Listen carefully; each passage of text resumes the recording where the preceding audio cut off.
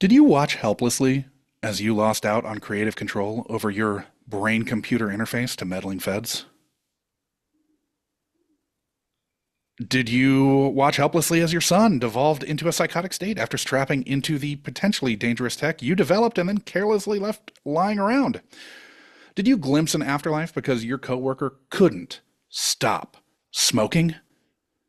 If so, you must have entered the Unkind Rewind, where we strapped in, put on our helmets, and let the 1983 cautionary tale about VR, Brainstorm, wash over us. Thrill me. I'm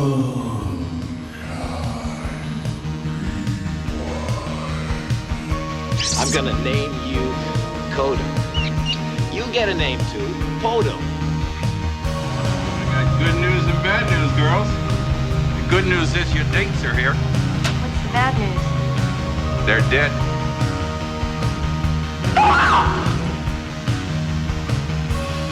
You too? You got a boner too? Blue Steel. Salutations. I am Josh Dugan, coming to you from my recumbent bicycle in an unseasonably cool Minnesota, where I've been putting together relationship highlight reels to convince my wife to love me again. Dialing in from NYC is my co-host, Sean McGrath. Have you recovered after getting stuck in another fuck loop, Sean? Yeah, I narrowed it down to just those 3 seconds of climax. I'm in my little orgasm pod over here in New York. And then just looped it. And are you like on an IV drip? I sure hope so, because you'd be out of fluids. Let's just say this place is a mess. This week, we are joined by our special guest who had not seen Brainstorm since his childhood. Back, no, you saw it about 20, 25 years ago. Leo Allen Jr. Leo, why don't you tell the audience who didn't catch last week's installment a little bit about yourself? Well, first of all, that's not the intro I was expecting. Because I got everything you were talking about. I'm like, oh my gosh, I can't believe these are the things they brought up. We got to pick the weird shit for that. Pick the weird. So yeah, my name is Leo Allen. I was the host of Voluntary Input for over 3 years. And, I keep telling people every time I talk to people about it, they're like, is it coming back? Maybe. I keep saying we don't know what the future holds. There's other things in the works. I've been doing other stuff like audiobooks, production for other podcasts and things like that. And working on, it's not really a secret project, but a different project. It's a different show, if you will. And that's me, and music and things like that. Do you have any idea when that new show might be dropping? Hopefully in the next month, probably June. Okay, because so it probably will have dropped well before this episode drops. Because probably right now I'm looking at the schedule, and I think it's September 15th or so. Might not be a secret. Might not be a secret. Yeah, it might not be a secret right. anymore. I forgot about. I've been out of podcasting. We're working so far ahead. Like we've recorded parts of multiple episodes of season 2 already. It's literally Christmas right now. We've done all 5 Brainstorm sequels, and now we're coming back to the OG. See, I forgot about, I've been out of podcasting for so long. I forgot about podcast timeline. It's different than the regular universe, regular Earth timeline. So yeah, and if it were just like me and Sean doing a podcast back and forth, we could just do it every week and whatever. But like with scheduling people, it's way too the X factor of our guests. Yes, the X factor, right? Exactly. So last week I noted that I wasn't really familiar with this film at all before we saw it on Leo's list that he submitted. Which shocked me. It shocked me. Yeah. Now I instantly saw Natalie Wood and Christopher Walken and the release date, so my interest was piqued. Sean, did you have a relationship with Brainstorm before this week? No, I assumed it was. If you had just told me the name, I assumed it was a Scanner's knockoff. Right. Okay, sure. Some kind of like definitely more of a horror, tinge to it than I kind of was expecting. But I think the reason why I'm surprised I didn't know of it was because of the wood walking thing. Yeah. It's and I'll speak for Josh here too, because we are the guys that would know this arcane tidbit of trivia that we would know. Of course, this is the last thing that Wood was working on. And for it to be kind of not something that immediately came to mind when we saw that Brainstorm was on your list, Leo, I think that probably surprised both of us. Yes, for sure. So, Leo, in your pre-interview, you noted that this came out while you were in the height of your nerddom. As a science tech nerd of the era, did watching it take you back to that nascent, like, home PC time?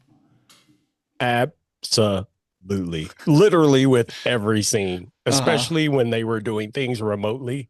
Yeah. And using modems and putting phone headsets on the modems. I'm like, with suitcase laptops and shit. Oh my gosh. Yeah. I've traveled back in time. I felt like Back to the Future. Yeah. I felt like Marty McFly. Was there a lot of things, Leo, that you were like just rifling off as they were, in the lab that you're like, oh, I know what that is. I know what that is. That's completely, I think like the great thing about this is that it's such this perfect blend.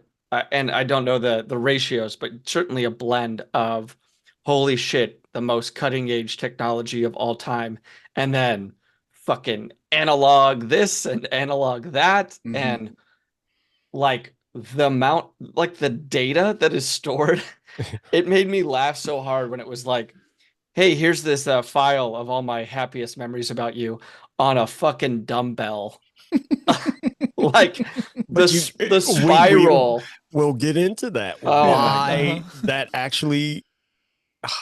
was actually awesome though. And then, yeah, like you said, looking at the tech, looking back on it, and when it was new, going, oh my gosh, wow, that's amazing, that's cool, that's so advanced. I compare it to, we see movies like that now where we're like, yeah, this is the existing tech, but movies tend to take things that exist and go, here's the hyper version of that. Sure. So there were those hyper versions of things in this movie as well. So yeah, seeing like the quote unquote data centers, they looked high tech at the time. Oh yeah. Yeah. And even kind of now, there are some data centers that still look like that, but it's not necessarily tape, even though I will let you guys know that when it comes to information storage, especially medical information, you would be surprised how widely used tape drives still are to this day, because tape drives are the most secure drives you can possibly have.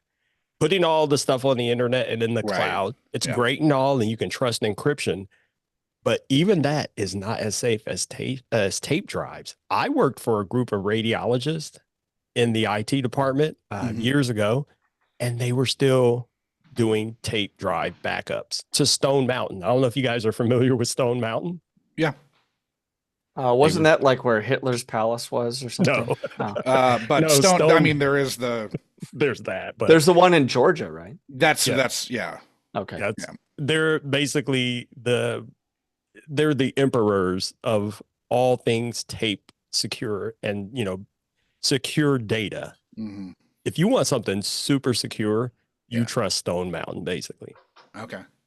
And you use tape drives because you can't hack tapes. That's the thing. Yeah, you can only steal them. So, well, they found a way to hack tapes in this, didn't they? Let's get into that. Well, Kind of. Kind of. Yeah.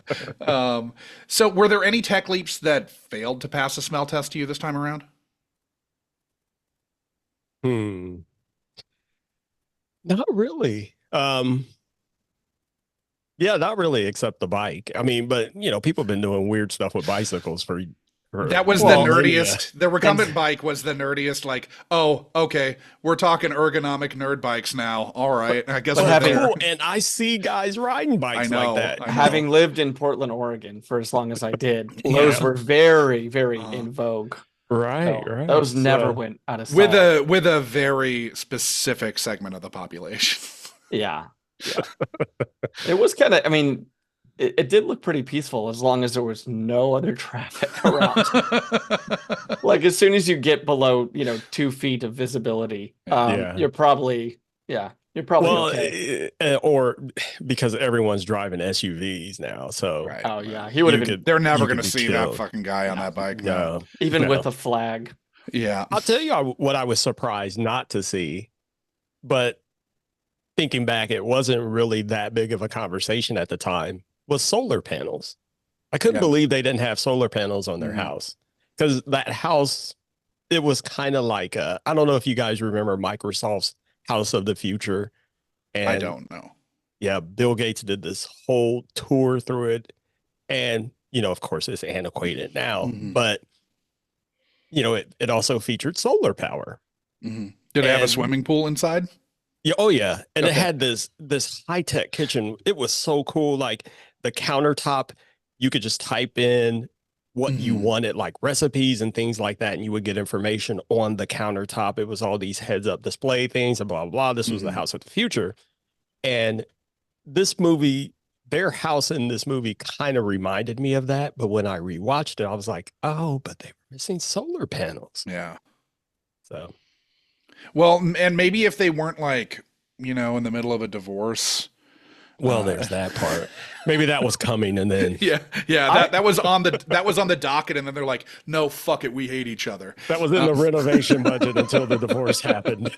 Even as clogged up with furniture and shit as that house was, it still was really cool. Like just how unusual the layers were. They Mhm. had bridges yeah. for no reason. Yeah. But, I mean, that pool was more of a lagoon than anything. And like, Yeah. you got to be really, really careful when it comes to an indoor pool in your living space. For so and they many had- reasons, but it had to have been so fucking humid too. Like they're in North Carolina. Right. This of all had places. to be so humid. This house was But- like, feels like it was dripping. But there's mountainous areas in North Carolina. Oh yeah, So it could have been around there, because one they're thing in that Raleigh, stood- Durham. Yeah, one thing that stood out to me that I kind of forgot, and I don't know if I'm jumping ahead, was how they kept talking so much about the Wright brothers, Mhm. because that was where the Wright Sure. brothers did their flight. Yeah. So of course it was higher, higher elevation. Mhm. And the way they kept talking about it too, referencing the home, was they had such a beautiful view of the stars at night. Yeah. I was like, oh yeah. Well, they have would their love to have little. it. They had their little their plant or their just telescope Right. like right. housing. Yeah. Yeah. And he Um, would close it at night. Yeah. Yeah, I can't wait to get into the North Carolina this all, but I'm going to hold off.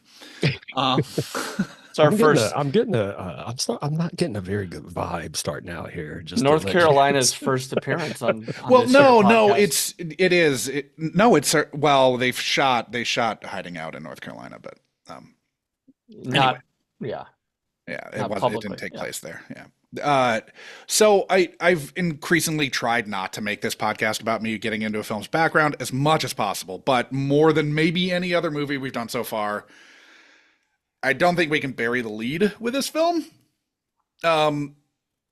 Brainstorm was meant to spark Natalie Wood's comeback after taking most of the 70s off to raise her daughters. In preparation for this film, Wood lost 25 pounds crash dieting, only to put some of that lost weight back on during production as she started to consume more and more alcohol. One of the screenwriters who was on set, Robert Stitzel, complained about a lot of things when talking about this film, but chiefly he opined that Douglas Trumbull, who up to this point had primarily been a VFX pioneer, which I'm sure we'll get into more later, but he complained that Trumbull was not a director and that he let Natalie Wood and Christopher Walken's on-set affair disrupt the set, specifically telling of an AD trying to unsuccessfully get the pair to emerge from Walken's trailer when they were audibly in flagrante delicto, and to which they were said to have hollered back out from the trailer, "Tell Dougie we'll be out when we're out." Now, this was, he was talking about this on the Projection Booth podcast, and he said, "Their affair really kind of superseded the movie when I look back at it, and it ultimately led to Wood's death indirectly.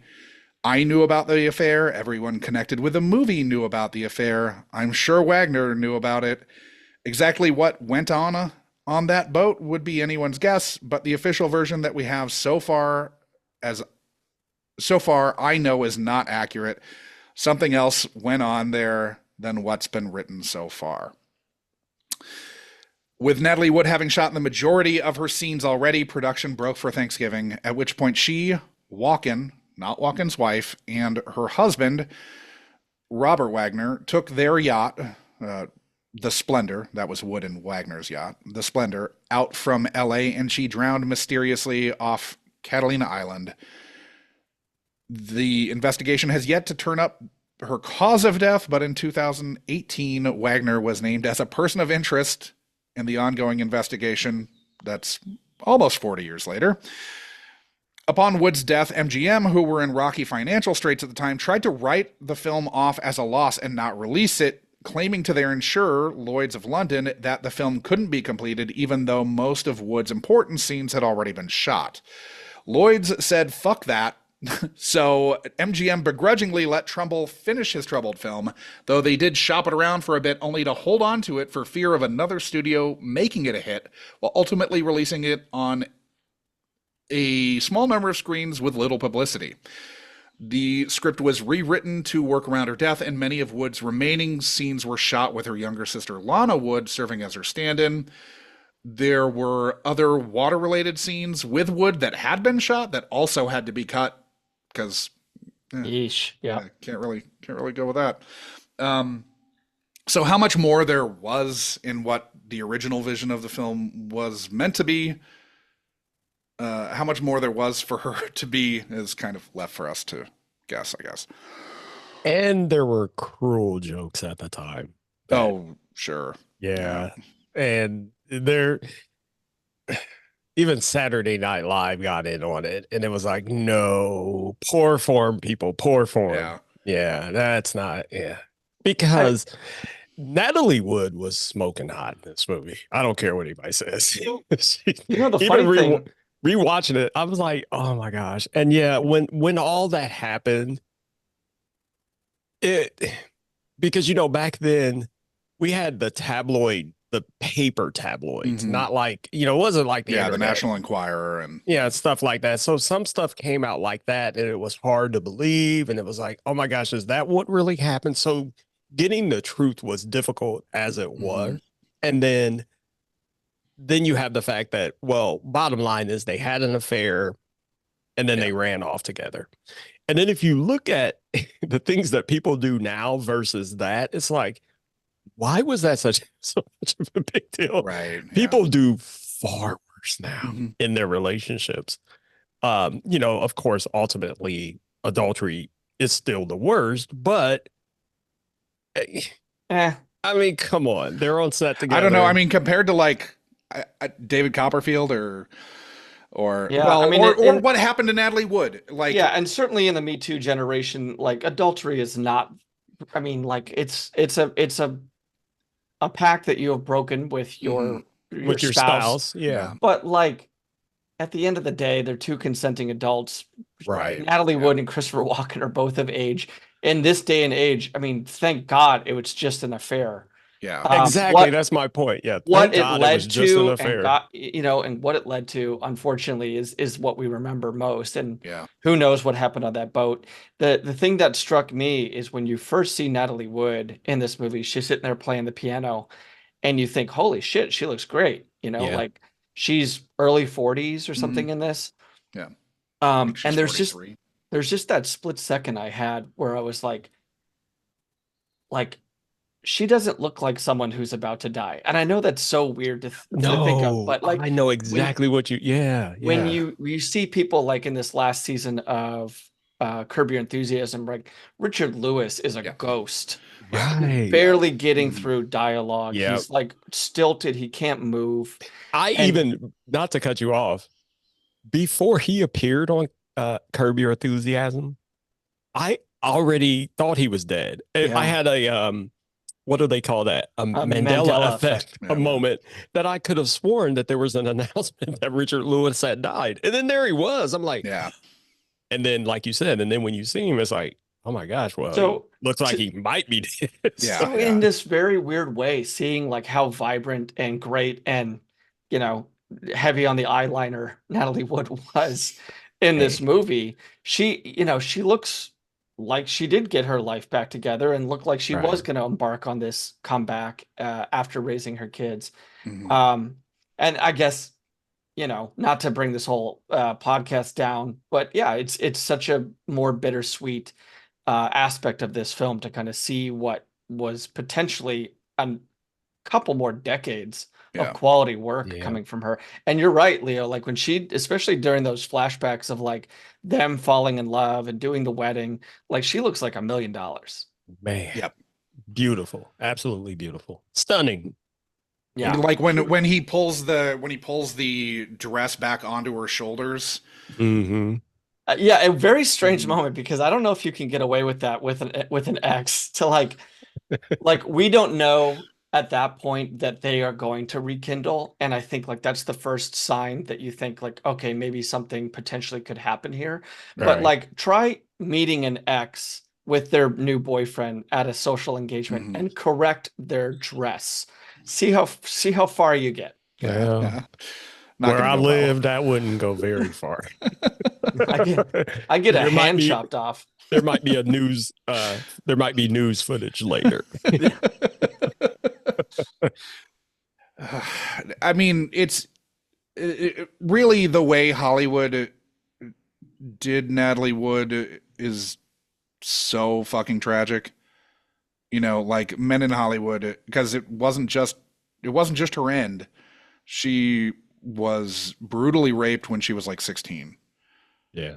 And if we're to believe her sister's memoir that came out after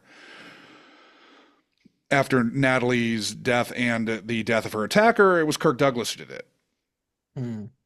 And like pretty much from that point on, Natalie Wood was just a fucking like a wreck. So, I mean, Hollywood, the men of Hollywood basically chewed her up and ate her out. Yeah, well, Chewed her up and chewed her, spit her out. chewed her up and spit her out. Yes. I mean, FUPA, Yeah. which was also kind of apropos, but we won't. I actually didn't until you mentioned that. I forgot. Like, Yeah. of course, her boat is named Splendor. Yeah, Splendor of the Grass. Yeah, a little forgotten memory about that. Yeah, the tie-in with Splendor of the Grass. I don't think Warren Beatty. I'm sure that they probably had some type of They were, that they relationship. dated together. Yeah. Who didn't Warren Beatty date? That's what I was about to ask. Yeah. I mean, there's no one on that list. It's an empty list. It might be the three of us, and that's it. Yeah, maybe. but we're not. I I'm actually not in Hollywood, I so- dated Warren Beatty. Actually. Oh, you did. Oh, I mean, shit. if you when I did, was I don't when I was blame out you. there, we dated. That was Josh's hall pass. He used up. Got one magical weekend. So, about to start throwing to clips. When we asked you what you remembered the basic plot of the film being, you responded.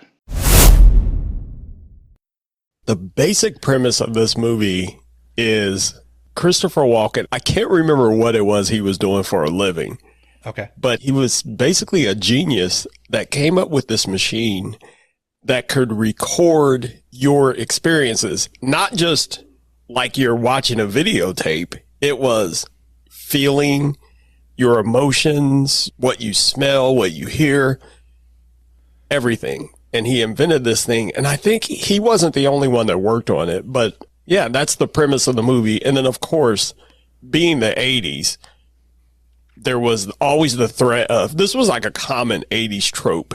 If someone came up with something that was pretty cool and amazing, the government wants to use it for the military. So that there's a mix of that in there too, because, they got to defend us from the evil Soviet Union. Sure. Do you think that you'd have been able to recall that this was set in North Carolina? Nope. Like I said, I completely forgot that part Yeah. until they kept talking about it. Just to rewind real quick. Mhm.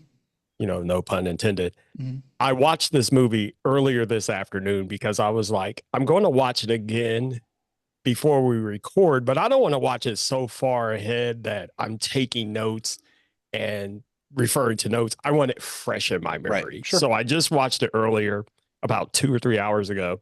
And yeah, I forgot all about that North Carolina connection.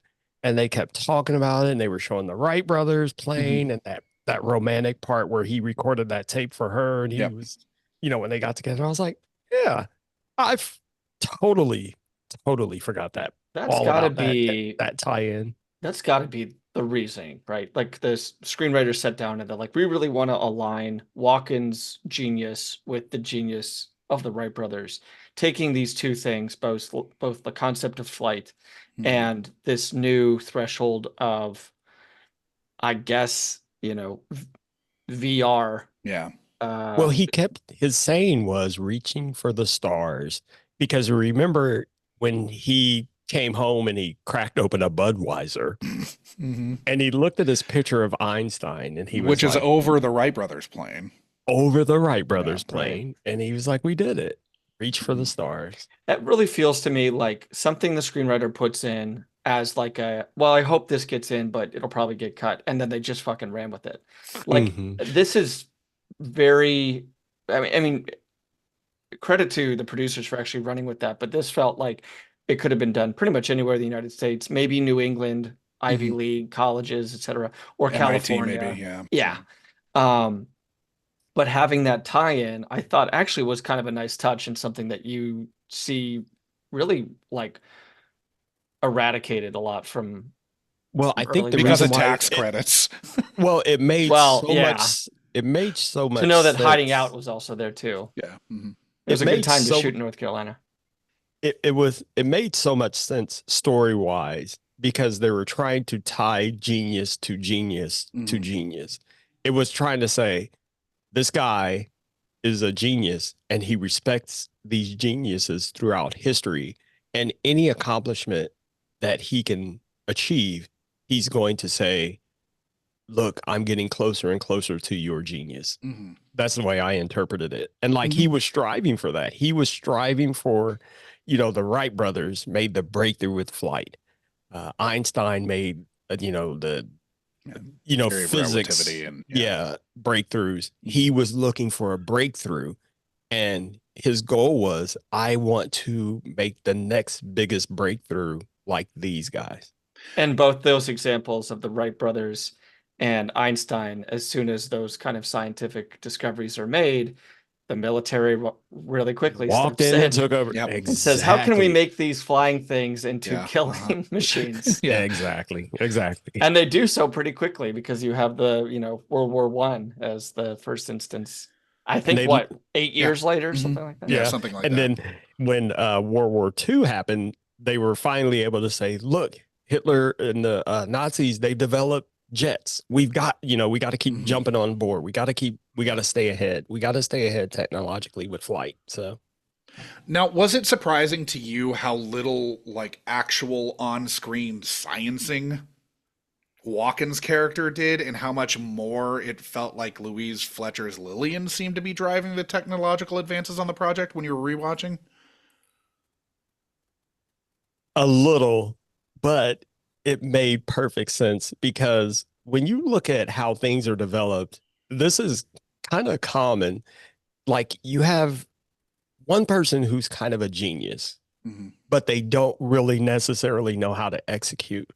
So they need that person who has an equal or higher level of genius to actually execute. So this gets a little muddy though, because, and this is kind of one of my dings when rewatching this film, is they never really explained who came up with this idea. He sure seems to be giving her credit a lot. He gives her credit a lot, but if you think about it, why is he there along for the ride? So you can only assume he must have came up with this idea, especially when they started going back to him playing with the robots and doing his programming, and the programming was breaking and blah, blah, blah. And she's laughing at him and she's encouraging him. So you can only assume that maybe this guy, he had this great idea, but he didn't know how to flesh it out.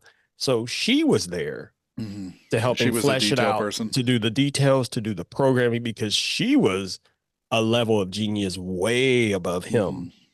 And so that's the way I kind of worked that out. I was like, well, But she smoked, Leo. but she smoked. But she smoked. Do you want to know how many times she smoked? Because you know who counted this? I did. We need a segment. If this is the Louise Fletcher's smoking segment, let's have it all out because Okay. Let's do it. I I never thought about that. other than the heart attack, right? Uh-huh. This was the Chekhovian gun of all time. The cigarettes. I was assuming that we were heading to something way more like causal, I guess, than a simple heart attack. I did like the nice touch where she reached for the cigarette and fucking soldering ironed her wrist. Yeah. Because I've done shit like that. I mean, Not all smoking. the time, yeah. not smoking, but yeah. I mean, maybe that was gonna kickstart some fire or something like that, or a coughing attack would have led to. But to have it go just to a heart attack, I was like, is this Louise Fletcher asking to smoke as a character? Like, it was incessant. Well, there's one thing that I want to touch on with that I absolutely loved rewatching this film that I don't think I caught before was in the early scenes of this movie, when even basically the opening of the movie, she's talking, and as she's walking away, you can hear these light coughs. She's like, Yeah. she gets finished with a sentence, and then she just goes, and it was like, oh my gosh, they're already foreshadowing. Yeah. And I never caught that. Mhm. And it's I don't know what lab culture was like in the early 80s, but It seems like you in a lab, in a controlled environment like that, maybe smoking would be bad. yeah. I mean, I also you guys got to remember in the 80s, late 70s especially, and then on into the early 80s, smoking was not restricted at all. They gave out ashtrays. Hell, you go to McDonald's. I have McDonald's ashtrays are collector's items right now, by the way. You can smoke anywhere as long as you had your cigarettes. Another great, brilliant computer tech was Sammy J in Jurassic Park, and that's 93, and he is smoking in every scene of Jurassic Park. Yeah. Yep, exactly. It is just funny to see. Like, it's such an anachronism, though, to like in the first scene, have Louise Fletcher sitting there typing at the keys, just banging away, and like half an ash, right? Like, just ready. She to had tap. a full, there was one point where she had a full fucking, like almost a full cigarette of ash hanging off the end of it. Like, okay, so the count. Here we go. I want to hear this. Here we go. You're genius for doing this, Leo. Why don't you? I'll take a guess. I'll say 8. 8? 8. Okay. How many do you think it was, Leo? 22. Not quite that high. She, from verifiable new cigarettes there was either a new scene, enough time had passed between scenes, verifiable new cigarettes. Before she dies, she smokes 11 cigarettes. Oh yeah. That's a lot of smoking for this movie to not be. There are 2 more cigarettes in flashback sequences that we also see her smoke when we're in the memories. But on cigarette 11. I was kind of counting how many times she was seen with a cigarette. Oh, it's a lot. Then. It's a lot. It's way more than 11, probably. But verifiable cigarettes in scenes. New cigarettes. She's almost. Yeah, she's not even. You definitely see her at least twice as many times as I just said. Was this movie made by like a cancer like anti-smoking campaign? Yeah, it must have been that and anti-pornography. Yeah. Oh yeah. I mean, talk about a puritanical statement about that. Way more of a scare to teenage boys than hairy palms and going blind. Or VD. Is that you are just going to get stuck in a fuck loop and die. Be found in your den. Boxers astrew. Just constantly coming till you die. But I feel like we're jumping all over, but I love it. Like He was this, jumping all over. but, Oh my God. And like, but you for know, me, this is also who who Gordy had picked up, right? And had enticed Yeah. him to doing this, Mm-hmm. which by the way, Leo, I mean, I don't know if you have any sentimentality, but there is not a character from the 80s that I wanted to die quicker Then in a Gordy. movie than Gordy. Yeah. Gordy. Oh my God. He was no. intolerable. Gordy was yes, man. He As was a- like, dude, as he was a- like, dude, let's do this, man. Yeah. As a joke, let's just plug him into a chimp. He Like that'll be funny. he was basically like if you let one of the guys from Jackass loose in a fucking movie like this. He was like No. He was like he was like if you he let was- Ryan Dunn loose in or Bam Margera. Yeah, but like No, mixed come with on, come all on. mixed with all the bad kids from Willy Wonka and the Chocolate Factory. Come The on, type of like we're Sean. just gonna do whatever we want to do in this Uh-huh. moment, like in a very secure, cautioned environment. We don't really care about the repercussions. I mean, Now, you can't tell me everybody has that one friend where everybody's like, hey, let's walk up to the edge of this cliff and look over. by this Everybody age, has that one friend that's like, let's go ahead and jump. By and the we're age- like, no. And he's like, I'm going to do it. by and the then age it ends that up Matt being Leo, kind of cool anyway. I have weaned those friends out. But you had them. Yeah, but Gordy's Yeah. way too old to be acting like this. Yeah, yeah, I've had some, and some have taken the Gordy route and like Oh. ER'd a heart attack. No, but what I was gonna say about that, the porn Mhm. angle is, to me, that was such a it really resonates with society. I mean, that's a truth about society. Mhm. Because do you guys want to know? And if you don't believe me, ask experts. Mhm. One of the number one drivers of technology is Oh, yeah, it's absolutely the pornography. porn industry. No, the porn industry went with Blu-ray, and that's why Blu-ray fucking beat out HD DVD. Exactly. I mean, streaming, And also, online services, Mhm. this I don't know. 4K video. Yep. Maybe we will encounter a movie that precipitates Brainstorm, but this is VR porn. VR Oh, yeah. porn is a pretty popular genre, or so I've been There told. are there are 360 cameras that you Mhm. can buy that video in 360 that were most of their development was driven by funding from the porn industry. And Sure. God bless them, right? Like, I mean, like this is not a criticism, Leo. This is I'm just saying, I just No, wanted to touch on that point because you brought it up. Is like, I just think, obviously I love this movie, and Mhm. I think it was excellent storytelling to put that element in there to remind people that just think, even though something as awesome as this and blah, blah, blah, the military wants it, Mhm. and there's all these applications, there's always going to be someone says, and porn. Oh, yeah. The pornography industrial complex, right? Yeah. This is And brought to you porn. by Big Pornography. By the And who brought it to PIC. him? Who brought it to him?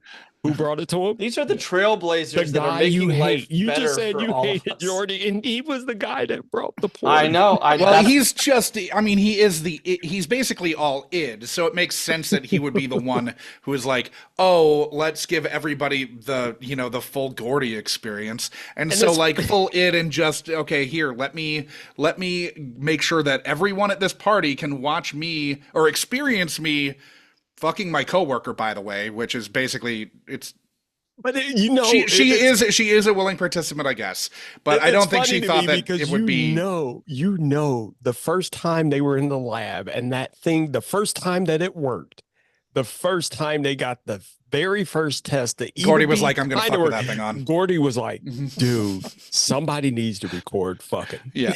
because this is going to be awesome. Uh-huh. Yep.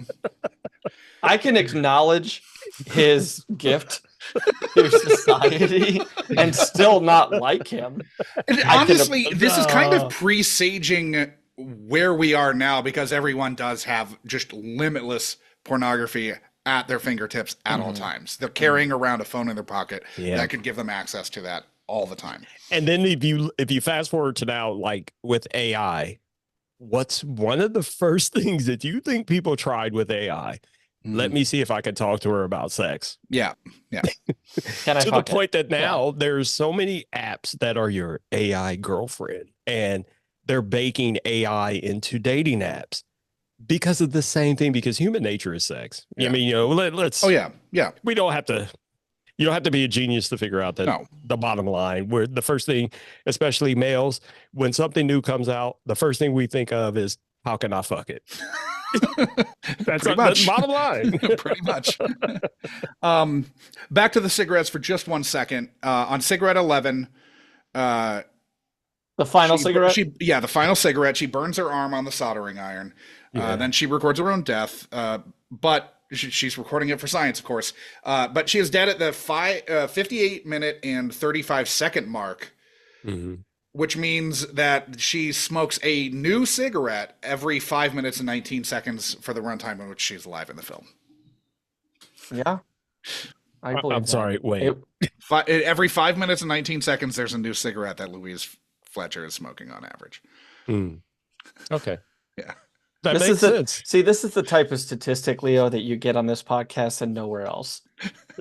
I love it, though. No one else is going to tell you, Louise. Don't worry, Fletcher's- there's another dumb dive later. Okay, good. All right. Now, you remembered the militarization of the tech as being the ostensible big bad here. You later mentioned that you weren't sure if the explicit threat of the Soviets in communism was named, so it seems like you kind of hedged according to, memory of maybe it wasn't explicitly mentioned. Did you expect the government's presumed heinous co-opting of this groundbreaking technology for militarized means to be more clearly delineated than it ended up being? I did. And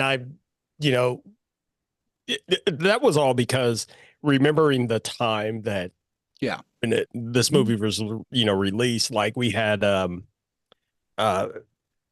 war games, movies like that. It was all about, the Soviets, Real genius, blah, blah. even. Real genius. So Top Gun. I mean, there's so many movies. Yeah, so many movies. And that's what we were worried about at the time. So it was like, the military came in. So obviously they were talking about the Soviets. But on rewatch, I noticed they never mentioned an enemy. They just said, the military applications are through the roof. But they don't even really get into that, which is pretty weird to me. Yeah. But they were like, the specter of the military is enough, I guess. This could be something. That's all they basically said. This could, and then they immediately took everything, which is another thing that fascinated me about this movie, because the military just came in and took everything with zero resistance. Could you imagine that? Could you imagine that now? Yeah, I could. No, I couldn't, because it would immediately hit the internet. It would immediately be on national news. The military came in and blah, blah, blah, blah, blah. We want full disclosure of information. Nowadays everyone loves to scream about full disclosure of information. What were you doing? Why did you do this?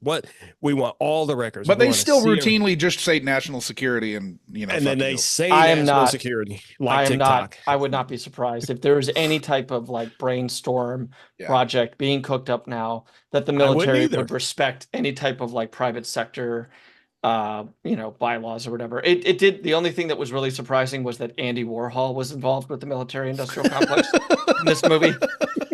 Whoever the hell that was, I didn't bother to look up his name, and I don't want to, because I just want to call him Andy Warhol. But I was like, holy shit. I mean, he goes from painting Campbell soup cans to how can we turn this VR total sensory experience into killing people. And again, that just shows range. So it does. Yeah, definitely. Yeah. So did you was Andy Warhol? For sure. Warhol, definitely. Yeah. So did you expect for as much of the film to be dedicated to a fully separated husband and wife who were engaged in other relationships, one of which we spend quite a bit of time with, the Louise Fletcher Walken one, only to rediscover their love for one another and ultimately reconcile?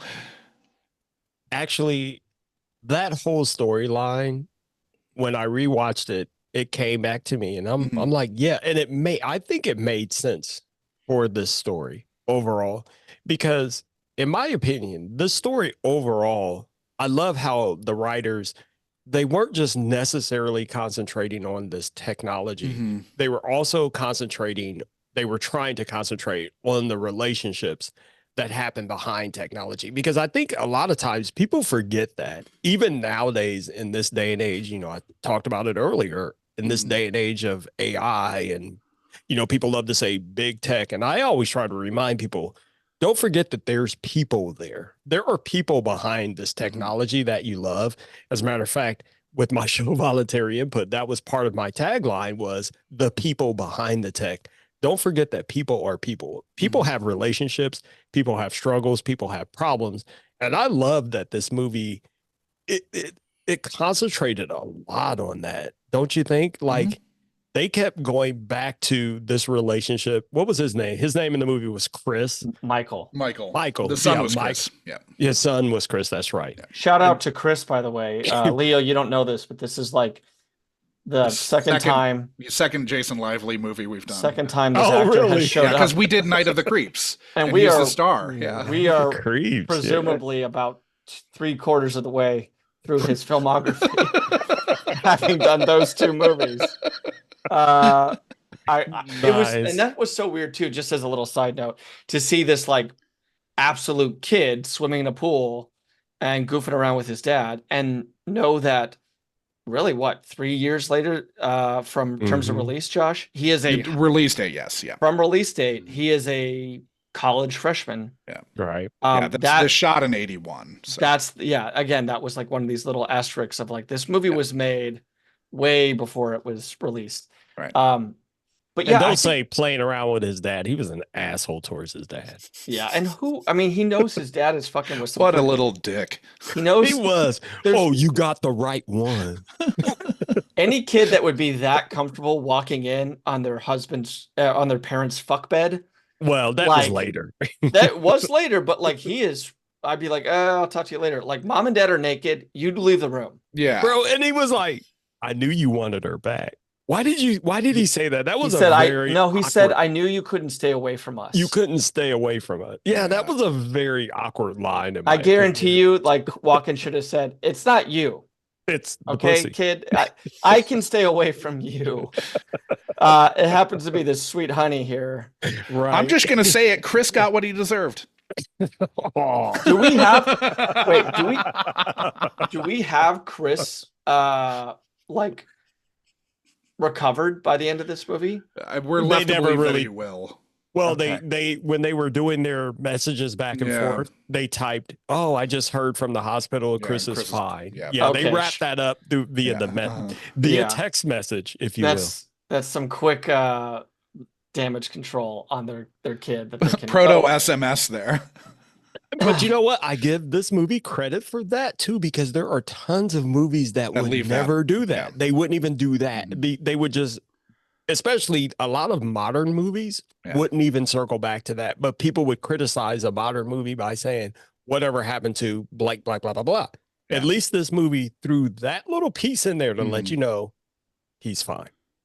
It didn't have to be this big, grandiose speech or anything. But they were like, yeah. I heard from the hospital, he's fine. I think with regard to what you're saying, Leo, about the relationship, they do a really astute job early on of telling you that these people are separated or estranged without saying it. Yes. Yeah. They do. I don't think they mention divorce. I don't think they ever say separated, but they have clearly marked in very smart ways that these people are not a couple. I mean, that great line from Cliff Robertson to both of them at separate times, is there going to be any problem, you working together. Not for me. Not for me. Yeah. Great little touch there. I mean, there is some murkiness about, like, is it just the time spent with Louise Fletcher that makes him stray? Like, what was the impetus for that severance? She horns him up so much. Yeah. Nurse Ratched just really does it. No, it wasn't her. We're joking. Okay. it was, it's that, and if you think about it, it's that age-old tale of a genius again, Sure. gets so wrapped up in his work that he ignores Being his family. emotionally Well, and unavailable. I think it comes out Yeah. in her in the scene where he puts the thing on her and Right. sees her perspective once he plays it back to himself. Yep. Exactly. I think that's sort of the like telling, like they grew apart because of his shit, and then you see like, oh no, I still love you, whatever. But I think it's mostly that. But also cigarettes are sexy too. Yeah, Let's not well, forget cigarettes that. were sexy up until the 2000s, weren't they? Yeah. And so she going through one every 5 minutes. I mean, who could resist that? Bro, I'm attracted. And I was gonna say It's it's the half ash that does it for me. Yeah. I was gonna bring up I was thinking about this earlier today, watching Louise Fletcher. I was thinking about how, do you guys hear how people talk about Martha Stewart and they call her a thirst trap and blah blah blah? Louise was the original thirst trap. She does have a lot of Martha Stewart kind of qualities in that voice, that timbre. Well, I just remember as a young man going, dang, as an older lady, hey. Now her and Mary Steenburgen, Yeah. they were the original thirst traps. Well, yeah. I'm just Well, gonna this go ahead time and put that out. Steenburgen's only like 20. She's what, 23 at this point. Well, she was Steenburgen older is, than me. I think Steenburgen is more of a classical beauty than Louise Fletcher. Leo, had you seen Cuckoo's Nest before this? Oh my God. Can we come back? Can I come back on the show and talk about that movie? Yeah, put that on your list. Dude, that movie is such an absolute classic. I always say, if you haven't seen Cuckoo's Nest, Oh, it's great. It is you and call yourself a movie buff, you have to you're not. rethink. You have to rethink yourself. Leo, it Oh, is such an absolute classic that I can probably firmly attest you will never hear it on this podcast. We're doing Brainstorm and Cocoon and fucking Night of the Creeps. We don't have time for one of the greatest films of the 1970s. oh my gosh. Oh, Cuckoo's Nest. That movie damaged me. I'm going to say it like this. It damaged me in the greatest way when it comes to film. Yeah, That's the best way I can say it. I think the best films do that. Yeah, for sure. Yeah. Oh, there's so much. Oh, So- Chief Nickel. Oh, okay. Go ahead. Getting back to the plot of this of a non-Cuckoo's Nest movie. So we never does it. I'm a little hazy here. Does she know that they have rekindled and are back to being a couple? I don't know that has been established at all. Okay. To She her. who? She Does Louise Fletcher's character, Lillian, does Lillian Lillian. know that Michael and Karen are sort of rekindling things? I don't think that's established. Not really. Yeah, and I don't think it mattered to her. The last thing she asked him about that was, "Did you guys sell the house?" Mhm. That was the only. And I don't know if they were. I don't know if this movie was trying to say that him and Louise Fletcher had a romantic relationship. Oh, they definitely did. I mean, he kisses her Yeah, but I don't think definitely it was. did. I think though that Leo. because they've both moved on to greener pastures, Right. where they're not in a strident, But argumentative relationship. I don't think she took it as seriously as that. She Yeah, was that's so hard to say. Yeah. concentrated on her work. Mhm. And like I said, the only thing she ever asked him about that relationship was, "Did you guys sell the house?" I think But she could have Karen also realized says though, you could go Josh, stay at real the quick. center with Lillian. Yeah, but I think Right. Lillian may have realized that she was a rebound and was okay with it. And Because all obviously- she cared about was her work. Yeah, she could have realized like, hey, this is a real kind of compartmentalized thing. It's not going to get in the way. I do like it's hard in that scene though when she's so vehemently opposed to the military cooperation that if I'm her partner, I'm like, we can have outbursts like that, like in private. Like, I really thought we were heading towards the military's going to take her out. Like, she was the one that was most opposed. But right? it would have been so cliche, wouldn't it? Yeah, but it was the 80s. Like, they, that's. No, It wouldn't have think, surprised me. I think there were a lot of stories better written than you're giving them credit for. Maybe. And this being one of them. It would have. Yeah. And I do think, like, credit to them for not going that Mhm. route. But they did kill her off as soon as it was potentially inconvenient for Michael. Right. Yeah. But it was her fault though. She Oh, I again, know, but like narratively the speaking, foreshadowing. just in terms of like where he was relationship wise, as soon as he doesn't need her anymore for like narrative purposes, as soon as he doesn't need Lillian anymore, Lillian dies and he can be with Karen guilt free. And they can just they can skirt around the subject entirely. And she can be buried at the largest cross in North Carolina. Do you see that church? They Yeah. use that Well, bird. that's the that- cathedral at Duke. Okay, so yeah, I didn't know that. I never had heard about that. I didn't No, know I've been there before. That's the only reason I know. in the shape of a cross in the middle of the woods. Maybe just real quick before we go on to the next flashback here, Josh, the use of helicopter and I would say drone nowadays, but this is helicopter footage. Oh yeah. all helicopter. I mean, the budget of this movie in just, obviously getting those big stars, to come to your movie, that's a big chunk 3 of it. Oscar winners and Natalie Wood. MGM had bottomless bank at this time. You have Well, no, they Natalie- were actually struggling. Well, they had bottomless bank to budget this film. You have Natalie Wood, who's But they tried to write it off. Like, True. Yeah. I mean, Walken is such a strange character actor, in general, that it's really hard to kind of determine what his peak was, but like he was really, really in demand in this era. You have Cliff Robertson coming back, who was always kind of like a steady, I want to bring gravitas to my movie. I'm going to hire Cliff Robertson. I don't know what Andy Warhol would have charged, but you have a lot of this budget going towards footage. I'm pretty sure Josh might know this, that they shot some of this in 70 millimeter.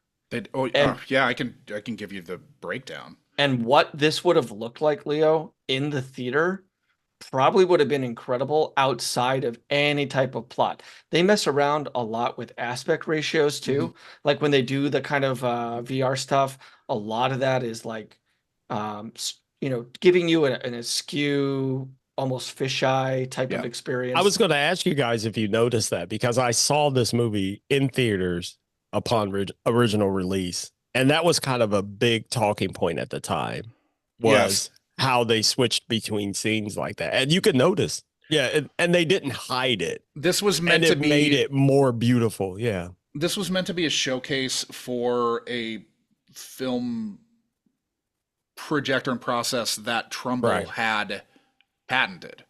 And it was amazing. Yeah, and so, it was meant to be for ShowScan, which actually had a much higher frames per second. They were 60, I think it was 60 frames per second that they were going for. But theaters wouldn't pony up for the new projectors that would have been needed for that. It also would have helped with 3D some, but at the last minute they scrapped shooting it to like highlight the ShowScan process. But he opted to shoot 35 millimeter for the bulk of the film, so that was in the 1.66 to 1 aspect ratio. Right. And then they shot the stuff when you're inside the, when you're getting a full sensory experience. That's all in Super Panavision 70 millimeter with a 2.2 to 1 aspect ratio. So it's kind of akin to if you were in the theaters now when you're at an IMAX movie and it goes to the IMAX scenes, but it went wide instead of right instead of vertical. Yeah. I mean, there was that shot maybe over Niagara Falls. All the ones before Victoria it too. Falls. Victoria Falls, Holy and smokes. they were some beautiful shots. And you know what's funny to me, as I was rewatching it today, and considering the things I'm dabbling in and trying to keep up with nowadays, is it's funny that a lot of AI is claiming that you can get those same shots on a lesser budget if you only use AI. Yeah, of course. And so I tinker with these things and I'm like, no. Yeah. That is not the same shot. No, not You at can all. obviously tell. And so But it makes, in this movie, it makes careening off of a mountain road and Yeah, that's PCH. tumbling to your death on the PCH actually a pretty cool experience. Yeah. that was such a beautiful shot. Mhm. I loved that shot. That was for the semi truck coming up behind you, slamming on the horn, and that was for tumbling off the edge. that was for the demonstration, right? For the bigs. For the board members. For the board yes. members right before Mhm. like well-endowed women served you fish. So Sorry, that's ladies. all inspired, specifically that shot off of the PCH. That's Mm-hmm. inspired by the demo tape, or sorry, that's inspired by the original IMAX history of flight presentation at the opening of the National Air and Space Museum. Okay. So that was from 1976. Yeah, it looked like a hang glider shot. Yeah. Now, you had mentioned later in the interview that the demo tape was one of your favorite moments. That scene was one of your favorite moments. Had you seen this IMAX, the history of flight presentation at the Air and Space Museum? No. Okay. I knew about it, but I never went to Okay. go see it. Okay. And especially not in IMAX. I'm very picky about IMAX presentations because I don't know. For one, get the tickets is a little Sure. pricey in my opinion. and I've been burned by IMAX presentations, and it's like, this was okay. That's more of a short thing that plays at the Air and Space Museum. Yeah. It's like, I mean, I've been to the Space Museum in Dayton, Ohio, because I live right up the road from it, basically, many times. But so for me, it was like, nah, I don't need to see that. I'm cool.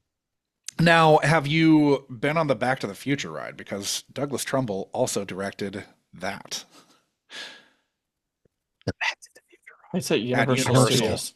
I've been to Universal, but I don't think I went on that one. No, I sit in a DeLorean. It's pretty awesome. I haven't been on that one, but I will. I do have I have a Universal Studios story, and this was so many years ago before Universal was actually completed. Yeah, was this in LA? No, it was in Florida. Okay, it was in Florida. Okay, so this was years ago. My kids, my brother's kids, they were so little. They're now grown and they have children of their own, and because I'm old, just in case you didn't know. But one year we took my oldest daughter and then my wife, my now wife, and my brother's wife and his kids. We planned this vacation. We're going to go to Disney and Universal Studios. So the first day we landed at Universal Studios and we had such a great time. We rode the Spider-Man ride. We did there was this X-Men experience and blah, blah, blah. The next day we went to Disney and the children hated it. Absolutely hated Disney. I prefer Universal to I hated it too. I'm like, there's nothing to do. We're just looking at stuff. And the kids kept saying, let's go back to Universal. Let's go back to So years later, we go back to Universal, and then they have the Twister experience, from the movie Twister. Amazing. Absolutely loved it. I'm like, oh my gosh, I love everything that Universal does. And I was like, you guys want to go to Disney? And everyone goes, no. And I'm like, thank you, because I'll never spend that much money again on things that I hate and kids hate. Yeah. And I don't get the fascination with Disney. I can understand it.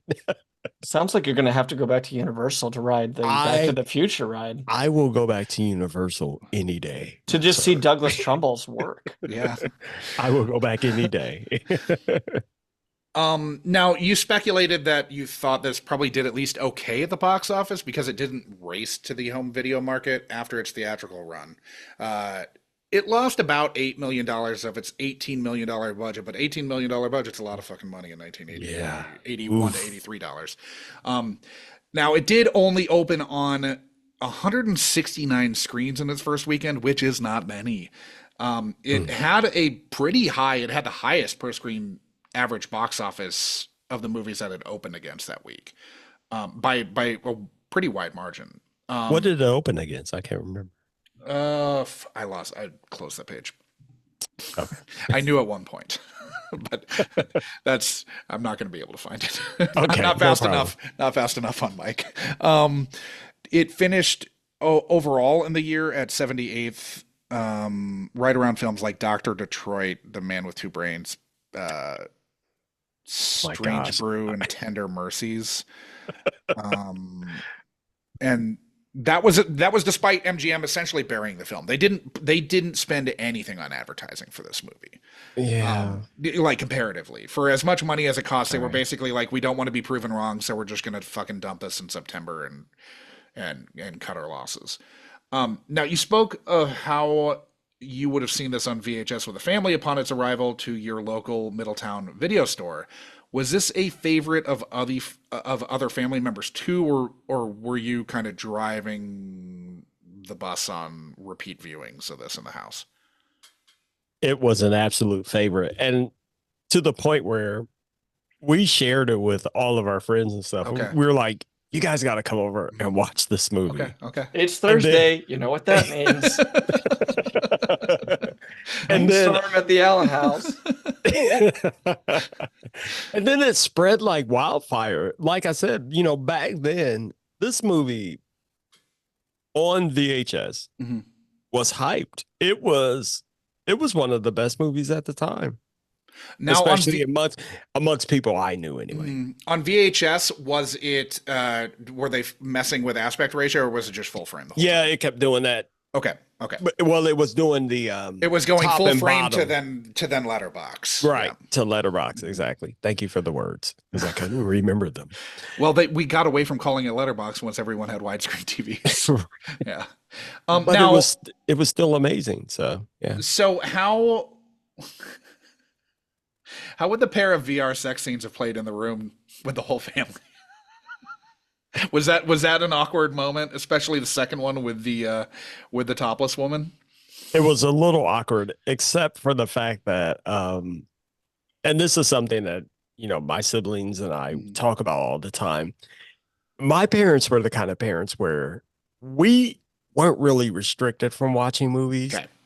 as long as my parents were there. Okay. And they were like, they would take us to these movies and be like, oh, this is a great movie. Let's go watch it. Mm-hmm. And we would just watch it with them. Now, I'm not saying there were any kind of life lessons or anything, Sure. but we watched these things with them. Mhm. So if we had any questions, we'd be like, Dad, why is he, Mom, why is he putting it in her butt? Stuff like no, we They never cut asked that from this movie. But I'm just saying, it wasn't, I don't even know how to explain it. It wasn't like I grew up in a Puritan household, Sure. but it was like we weren't really restricted from watching things, but there were certain things that we weren't allowed to watch. But this movie wasn't one of them. Right. And we watched it with them. Well, It's this is such one a- of those rare PG movies with nudity. Yeah, it is such a this isn't something that particularly it's flagged and known by a contingent of people who want to see nudity in films. It's such a part of the plot. It's brief. Right. It's quick. It makes It's sense for the yeah. movie. Yeah, it goes along with that character. Josh and I, as non-parents, probably would, commend you for let's not make it a bigger deal than Yeah. it is. I remember, Right. speaking of Cliff Robertson, the movie, was it Flowers for Algernon, Charlie? Charlie, yeah. So when they adapt Flowers for Algernon and they make Charlie, there is a sex scene, that this was a movie that we watched in 8th or 9th grade, but there were students who then had to leave the room from parental, Mm-hmm. they didn't get the permission, I guess. That's And what so- Robertson won Best Actor Right. for. Right. Yeah, so 3 kids have to kind of get up and go wait in the hallway for 4 minutes or however long it takes Charlie to finish, and then slink back into the movie, having just missed what presumably is their only experience with nudity on screen. My favorite moment that was opposite of that was the teacher accidentally left the room while we were watching Romeo and Juliet, and one of the kids in my class got up. This is Zeffirelli's Romeo and Juliet. Got up and rewound the scene when. So that's Let's run that back. yeah, that's the opposite end of the spectrum there. So salute. Yeah, Well. way to go, Matt Sheehan.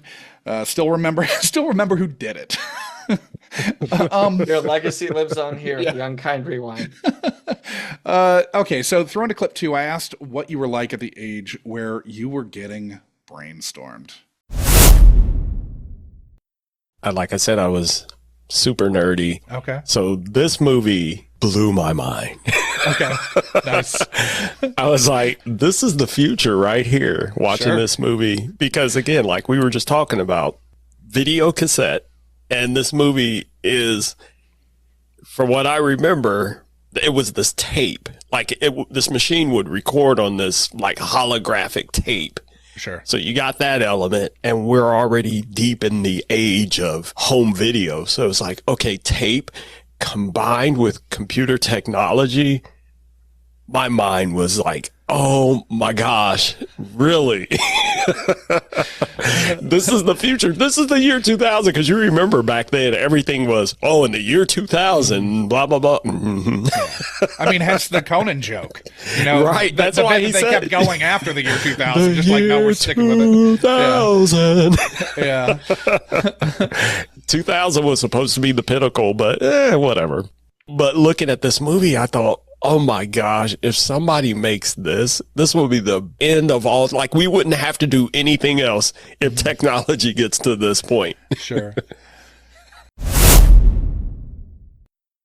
So did you have any issues with how they portrayed the experiential aspects of the technology watching as adult Leo?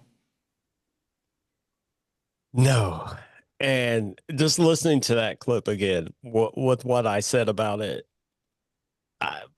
my opinion is the same after rewatching this movie, because I think that's like the most amazing aspect of this movie is the fact that, could you imagine if someone created this tech? It's like, I mean, Yeah. we're close, right? I mean, this is no, we're somewhere AI. between No. this though and the Matrix, right? Like the Matrix kind of was picked up a little bit where the Brainstorm left off. Mhm. But Kinda. instead of staying though in that, like, I don't know, like it definitely feels like you have more control than simply rewatching. Like Brainstorm is reliving an experience, Right. but not having the control. True. Right. Where in Matrix, you It's would more go like you're into living in a this. sim. Yeah. Yeah, you would go into this VR world and you would have your own experience, and your choices would be your own, and Yeah, you're right. Matrix is it's the outlier, because that's what ties it all together is, like you said, Brainstorm this is an experience that I had that I want to share with you. But the Matrix this is experiencing real time. For example, like when Yeah. Christopher Walken is playing piano, right, Mhm. through Natalie Wood, and going like, I never know I could do this. He that- wasn't talking like that back then. He has a little bit. I When he need gets- more cowbell. When he gets angry, though, like you start to hear it a lot Yeah. more when he gets You're angry. coming at me all wrong. When he's flipping outside at Pinehurst Resort at the two guys who were watching them, we're getting the full Walken then. Yeah, there were Yeah. some moments though that like you could see where he was headed. When she comes in, the blouse scene we were talking about. Mhm. You look nice. Like just classic Walken. And like when he put up whatever it was, like the satellite dish or something. Yeah. You can put flowers around it. It'll be fine.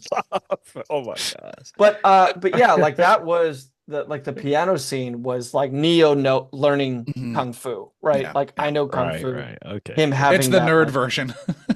It's the Brainstorm version. Yeah. Yeah.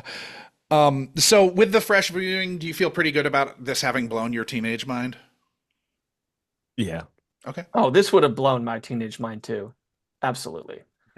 Like I absolutely would have kind of gone down the wormhole on what from this movie is possible. Mhm. Even admittedly, if it was 60% porn related. Oh, at 16, it would have been 80 to 90. How do I 160. like writing to like the back of magazines? How do I get the Gordy tape? Yeah. So you mentioned the holographic tape, which was 4-inch tape from 3M that they had to cut in half to make it 2 inches. And according to Trumbull, it looked like shit on set. Like before they shot with that, they actually had to like take it to art department and have them scratched up. And he was like, it ended up looking good on camera, but it looked terrible in the room. So you mentioned the tape and its computerized integration to what essentially boils down to being like a hypersensory VR experience. Do you think it was a commingling of these two technologies that were kind of familiar, tape and computers? Do you think it's the commingling of these two technologies that kind of resonated? Or do you think that the commingling of these technologies resonated as deeply on rewatch as it would have then when you were dealing with tape more? No, I think it balanced out perfectly because you got to remember VR really wasn't that it wasn't that common. People No. knew what it was. We all knew what it was. Sure. But this isn't, VR wasn't the target in game here. Yeah. The target was you put in a tape and you could put on this headset, and not only are you watching the things that someone saw, you are feeling, tasting, and experiencing everything as if it was you. A full sensory experience. Yeah, a full sensory experience, not VR. And VR wasn't a common term that was kicked around back then. We knew about it, but but VR was much more of a like, once we hit 92 or so, then it's like VR is everything's going to be VR. the next level. Yeah. And to this day, and if you're not paying attention, VR is still garbage. Yes. Anyway, so I think for what this movie was trying to do, what it was trying to explain, and what it was trying to convey, with saying that these scientists, for whatever reason, because here's a criticism that I have of this movie, they never really said, why were these people working so hard and so diligently and spending so much money on developing this? Yeah. It had nothing to do with the military. It was, we're so smart and boom, we made this thing. Right. And this company that they were working for, there kind of wasn't a direction there. I mean, they dabbled in robotics and stuff like that, but they had a budget that was so big that they could just give money to research analysts and scientists to just come up with something new and amazing. So as far as that goes, they stuck to that storyline. Yeah. I don't know that they do a particularly good job at all about like explaining how and why this is happening. They did a horrible job because they never explained why this happened. It was just, and the breakthroughs are just like, we're computering right now. We're just we're computering to make something new. So just accept that we made a leap. Like don't like, let's not establish how we did it. Let's not even hint that we did it. Right. Like it's just kind of things happen.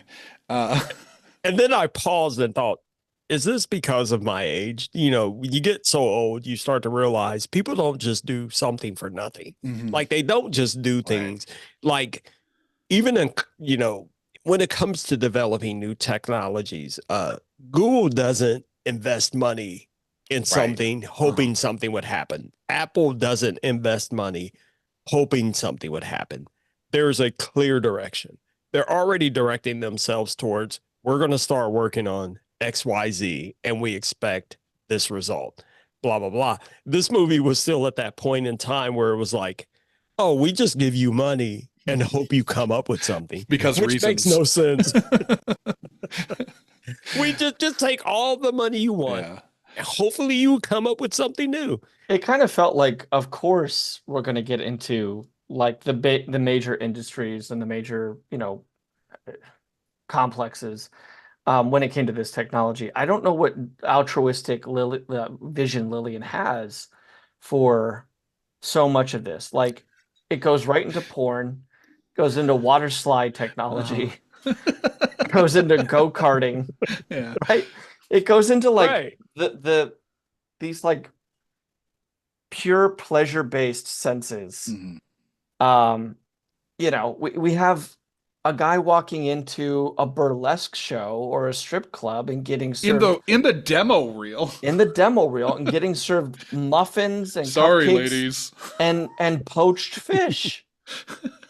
Like, And what? at the end of the day, what would be the point of that? How are you selling this gadget? Because they concentrated so much on, we got to scale it down so that the average person could use it. Mhm. Why? What's A the point lot. of what are you selling them? You're selling them these experiences. How are you getting a return on you developed this technology, now you're manufacturing it? Why? Why does this exist? It So much exists of this to movie. share experiences. It So much of exists this so movie. that Christopher So Walken and Natalie Wood can get back together. Well, I started trying to think about this logically. So, you know, when you're sitting on your phone, you know, I was trying to apply it to nowadays, you know, 2024. When you're watching your favorite influencer on Instagram and they're doing something cool, they're out running around, blah, blah, blah. Would it be cool to be able to put on a headset and see the same thing they were doing and experience it in the way they were experiencing it, tasting it, smelling it, feeling it? So would that have been the end game of this company? And why would this company do that? You know, Yeah. that's what I'm saying. That's my number one flaw with this movie. It never really explained why were they giving these scientists money to develop this? Mhm. Like, what was their point?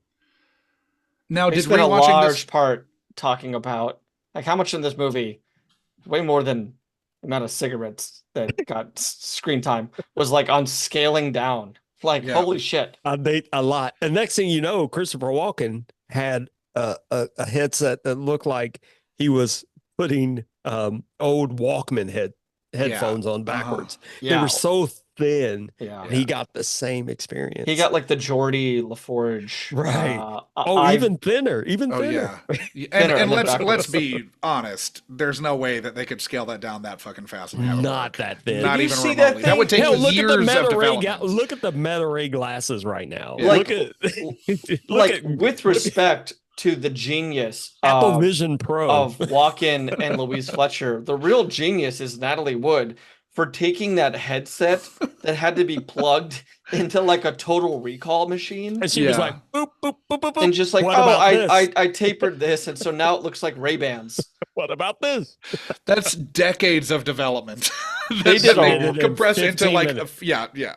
Bro, she's a genius. That's what they I'm did saying. not, yeah, poor fucking Trumbull did not give her much like direction on like, look like you know what you're doing with But design. yeah, that's what I'm saying. That's my biggest criticism of this movie is that whole development cycle. Yeah. But at the same time, you have to move the story along. You have to say, well, they did this. They started with this big giant thing that's puffing out coolant. and, Sure. you know, blah, blah, blah. And you got to get it down to a believable point to where now it's a problem. Because that's what it does. They were scaling down to the problem. The Mhm. problem was that it could be available for mass production so that the military could get a hold of it, because that was the ultimate evil, right? Yeah, but right, but the military scaling could down just is use the- it without the scaling down. Yeah, like that's they a could commercial still, use. They couldn't have. I think they could have because they took over the whole project. Like No, because they couldn't scaling understand his notes, remember? Sure, right.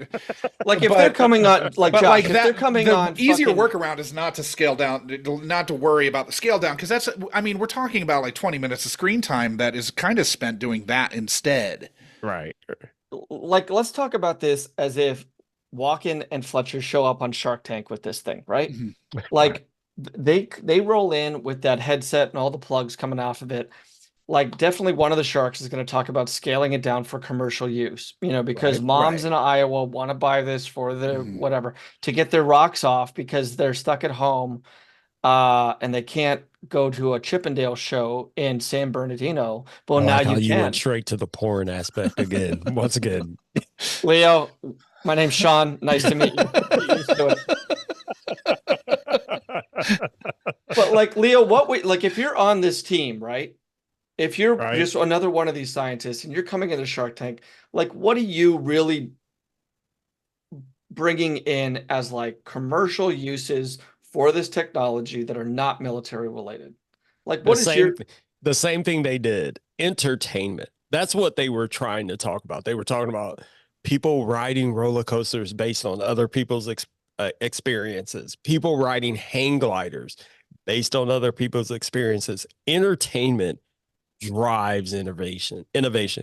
We were just talking about the porn industry driving innovation. If you think about it, porn is entertainment. It's part of the entertainment industry. So that's what they were trying to do. The problem was the military. Once again, 80s film trope. Sure. The military got wind of it and said, hey, we could use this for, they started, they rebranded all the tapes for things like psychosomatic trauma. They renamed them all. so that was my the only thing. complaint is more related to just like plot mechanics.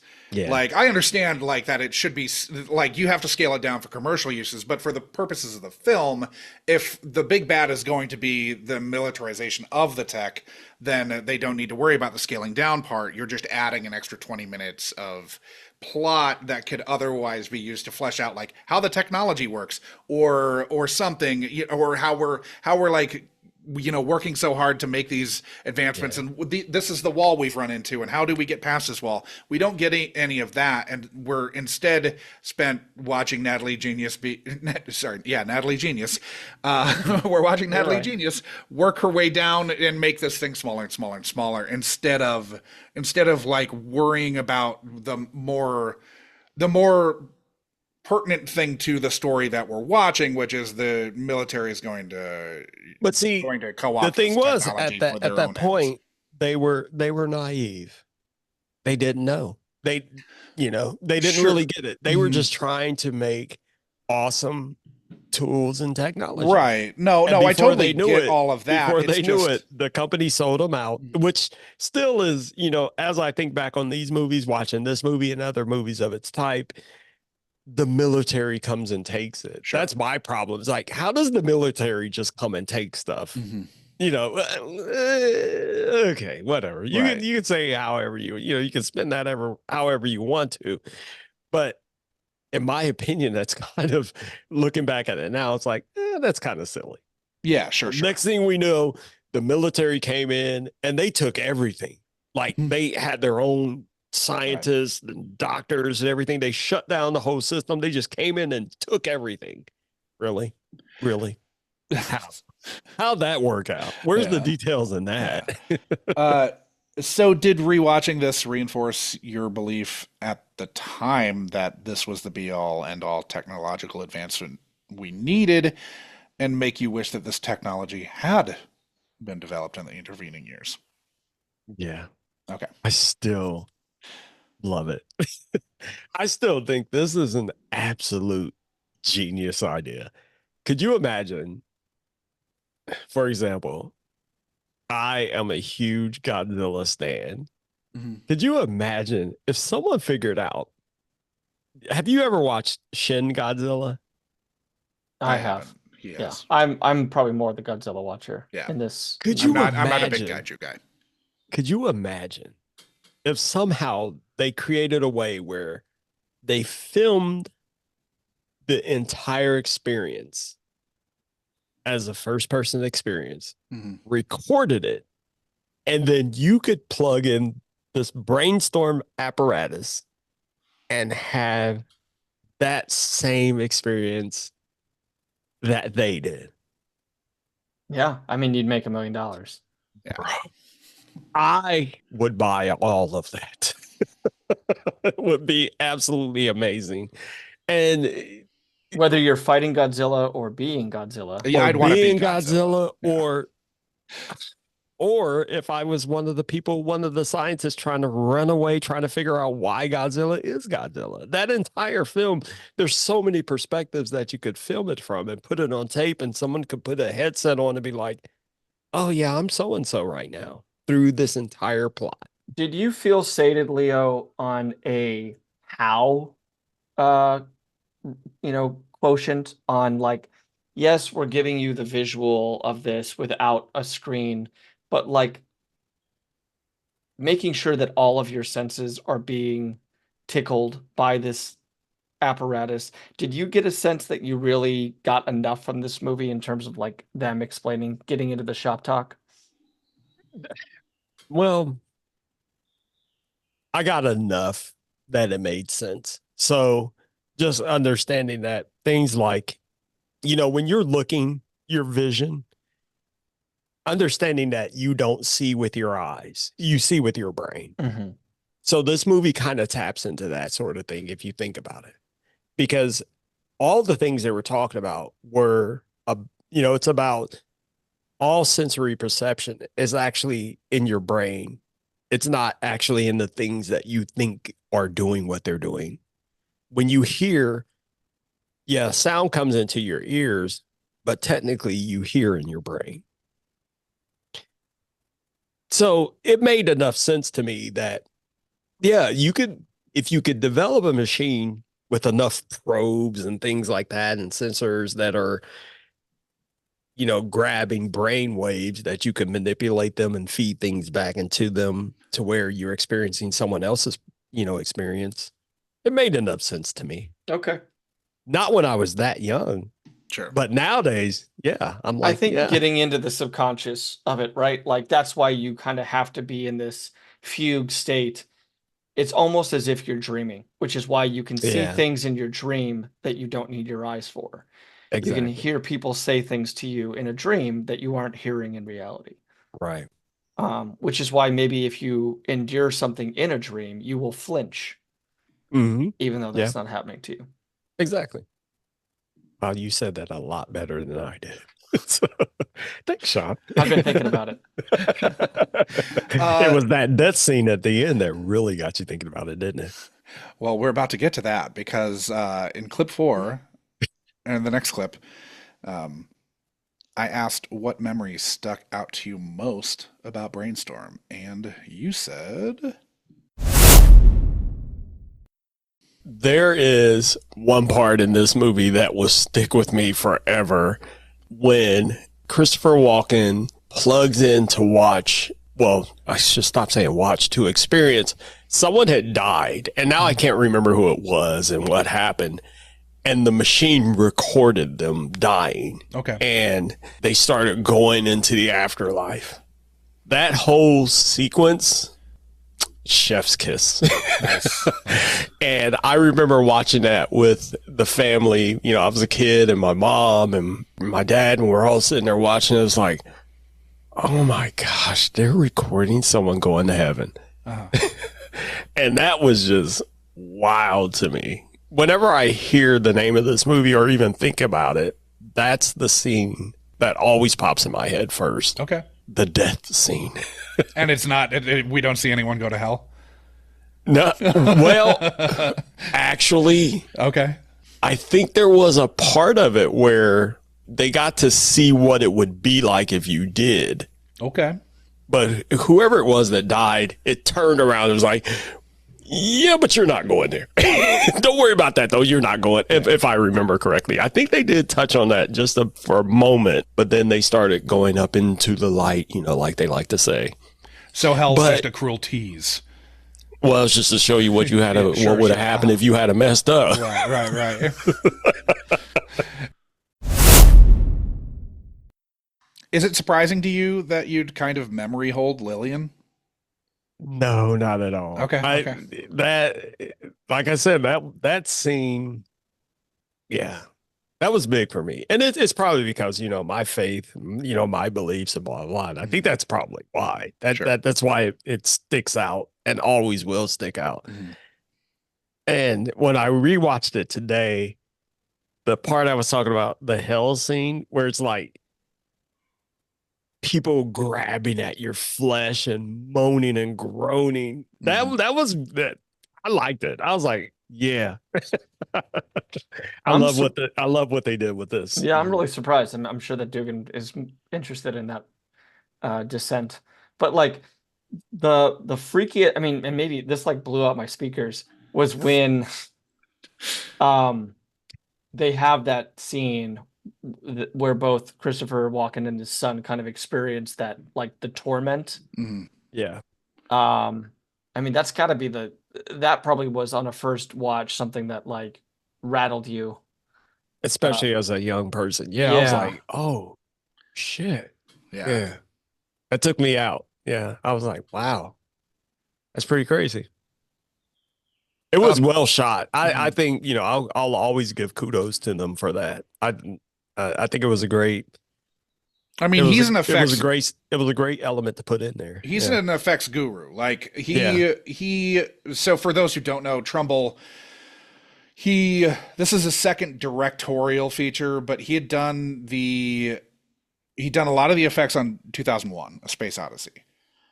And then he did the special effects for Close Encounters of the Third Kind, Star Trek: The Motion Picture, and he did that on a like crazy turnaround. Like the stories of the special effects on that were nuts. And he did special effects for Blade Runner, and so he's like thrice Oscar nominated.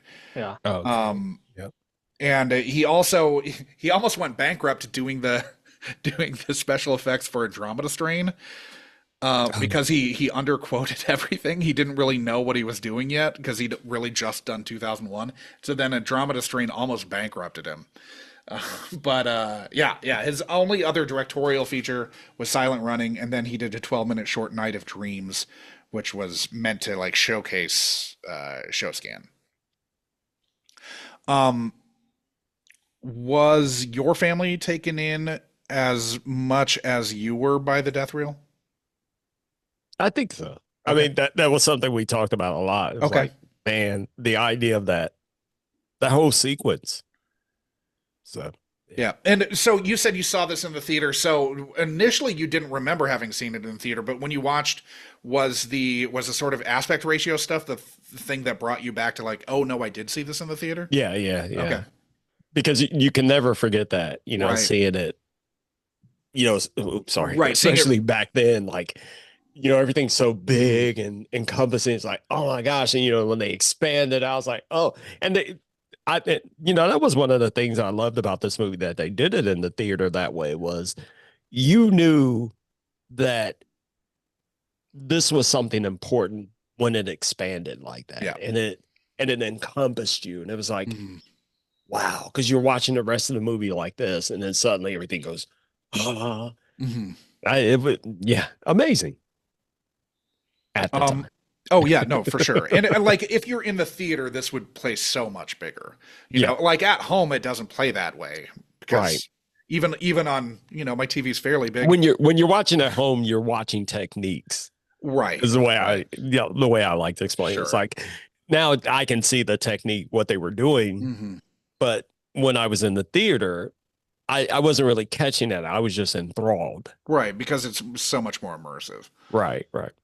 Okay, so we're going to throw the last clip here where we asked you what your expectations were for your return to Brainstorm. And you said... I tell you what, I do have this one expectation, because I know this always happens with movies over time. I expect some of the dialogue to be campy and corny. Sure. But and I expect some of the stuff that I thought was like amazing high tech to start to look a little dated. But my hope is that it still has the magic, because the last time I watched this, like I said, it was about 20 something years ago, I think. I was still like, yeah, this still holds up. So I hope that it still holds up. Okay. Was any of the dialogue campy or corny to you now? I'll tell you what, as we've talked about talked through this tonight, I I was actually pretty surprised at how well the dialogue held up and still holds up in this movie, because one of the surprising things about this, this whole movie to me is rewatching it again. It's understanding that it's really not so much about the technology, is it? It's about these human Yeah. relationships. That's really what this movie is about. It's about, him and her, him and other people. And he even talked about that. He said, I used to think I didn't need people, Right. but now I'm starting to realize that I do. And I want more of that. And even the pornography aspect of it, that's a human thing, it's a human relation thing. And so that part of it, I think the dialogue is so well written that I think it's almost timeless. Now, of course, the technology is aged and dated, and that's going to happen with any movie that Sure. deals with technology. I tell my son this all the time, because sometimes he'll watch an older movie. He's like, "Oh my gosh, look at those graphics." I'm like, "Dude, wait until you get 40. The movies you love right now, they're going to look horrible." Yeah, they're going to look like shit. But that's always going to happen. That's technology. Yeah. Uh-huh. But if you can, I'm just gonna go ahead and say it. I think this dialogue in this movie is so well written that I consider it timeless. I don't think it falters at all, actually. I mean, they do a good job of grounding all of the plot in the interpersonal stuff. And I mean, really, the technology is used to like, he uses the technology to rebuild his failed marriage. Right. So he's using the technology towards a less odious end. He's not using it in the way that it ends up being used by multiple people, more pruriously or just, like actively violently. So like, I think they're doing a good job of like showing the various ways that this could go. And then, I guess we just destroy it because, the military shouldn't have it. Right. They want to torture people with psychotic episodes, Josh. And they've never really explained why they would do that. Like, Right. what's the end game of that? Yeah. Yeah. But but that was always the thing back then in the 80s. It was the military sometimes would take things, not necessarily because they knew what they would use it for, but they just saw it as, well, this is awesome and powerful. We should have it. Mm-hmm. And I think that's what this movie touched on. It was like, well, the military needs this. Well, what are you going to do with it? We don't know, but we should have it because it's so powerful. Because we're the military. Because we're the military. We're saving you. Yeah, we're protecting you, which is it's such a funny opposite dialogue of what we have now. Now it's big tech, and the military just needs to protect you from big tech. We don't need to take your big tech. We need to protect you from it.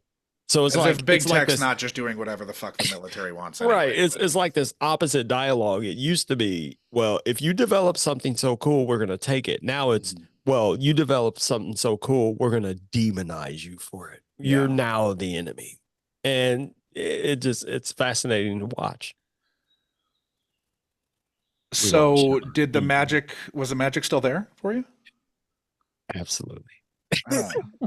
No question. I was watching this movie today, purposefully trying to rip it apart. I want to be honest with you. I'm like, this has to be horrible today. There's no way I'm going to still love this movie, but I still love it. I think I just think it's a very well written movie. I think the plot and the storylines, because there's so many other storylines. Now, there are some campy and corny parts to it, of course, like towards the end when they take over the factory and the guards, they're spraying the guard with water and blah, blah, blah. That was kind of dumb. And, Natalie was just typing away, and then we just have to believe that she hacked this factory and made all this stuff happen. Like, okay, that's dumb. But overall, I think it's a well-written story. And I think it gets its point across that, they were just these people who created this new technology for whatever reason. We still don't know, which is kind of dumb. We Yeah, don't know why yeah. they developed it, Uh-huh. but they did. And then the antagonists were military and big money. That's Right. really who the evil side of it was. It was good versus evil, and the evil was money and Right. military. So let's move on to picking up the scraps. Is there anything that we've missed that anyone wants to talk about? We haven't mentioned it, but James Horner once again comes in with this score. Great score. As soon as the credits started rolling, or maybe a little bit after that, where we started to hear choral arrangements, Yeah. I was like, it's probably James Horner. Uh-huh. And And it was. sure enough, yeah, he would go off to do Cocoon with a lot of that too. But yeah, like I think like maybe in my pre-watch perception of this movie, of it being kind of a B movie and being schlockier, Mhm. I was expecting it to kind of be a synth heavy Right. score. It is not. No. No. A lot of orchestral arrangements on this. Really good job. I mean, rest in peace, one of the masters. James Horner, really good score. And I think emotionally, a lot of the stuff that has to do with the interpersonal plot. Like I actually was like a little moved by the whole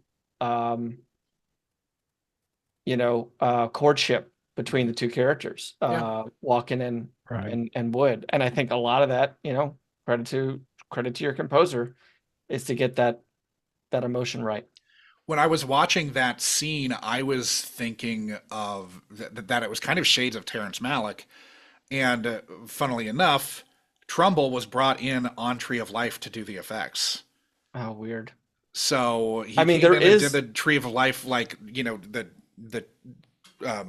all of the huge effect sequence. Trumbull was brought in for that. Yeah, and we do get a lot of that, like, I don't know if this is the right word, but like that kind of kaleidoscopic effect here. We also get it in Tree of Life. We get it kind of, in Stargate, certainly. Yeah. Just like what kind of visions and colors and shapes that we're going to kind of throw at the viewer, and probably in a theatrical experience. I mean, it would have been so immersive. Yeah. Yeah. The bubbles and the angels. Oh, it was so beautiful. Yeah. I know you could laugh and say that looks corny now. I think the bubbles worked. When he's going through the second time, when he's going through the memory, and it's the more like shitty graphics and whatnot, like that didn't work for me. But the bubble memory was like kind of an interesting concept, and it was pulled off well enough. Everyone always says that. You see, your near-death experience, you get chapters of your life, and putting it in bubbles, that was pretty awesome. Leo is gonna fight to the death that the movie ended well with being encapsulated in a bubble. Nope, I'm not going to. I was going to get to that next. That was a gripe. That is, I do have a gripe. We'll hit gripes. We'll hit gripes after picking up the scraps. Okay. So all right. This is kind of a gripe, I guess, but not really. I did the math on where they go at the end. Okay. So obviously, most of the film they're in the Raleigh-Durham area. I think you're going to touch on my gripe. Go ahead. So they're in the Raleigh-Durham area, and then they stay at the Pinehurst Resort. That's where he and his wife go to, which is 77 miles to the southwest of Raleigh. They split up. She goes to Hal's, which she takes a cab to. So I think it's safe to assume she didn't go too far to Hal's, and that's probably why they chose Pinehurst in the first place.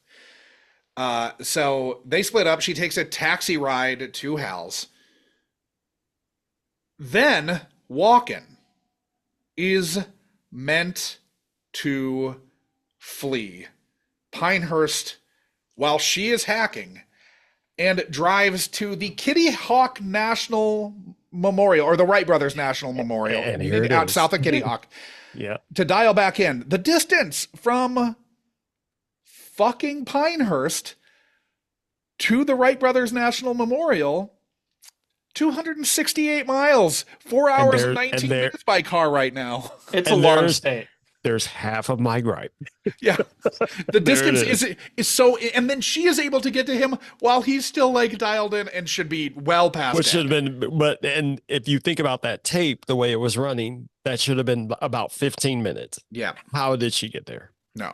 No. Like, yeah, that's the gripe. And like, if you know where the Wright brothers flew, which I mean, they're on the Outer Banks, man. Like they're like way far fucking east in North Carolina. Like it's not. It is nowhere close to one another.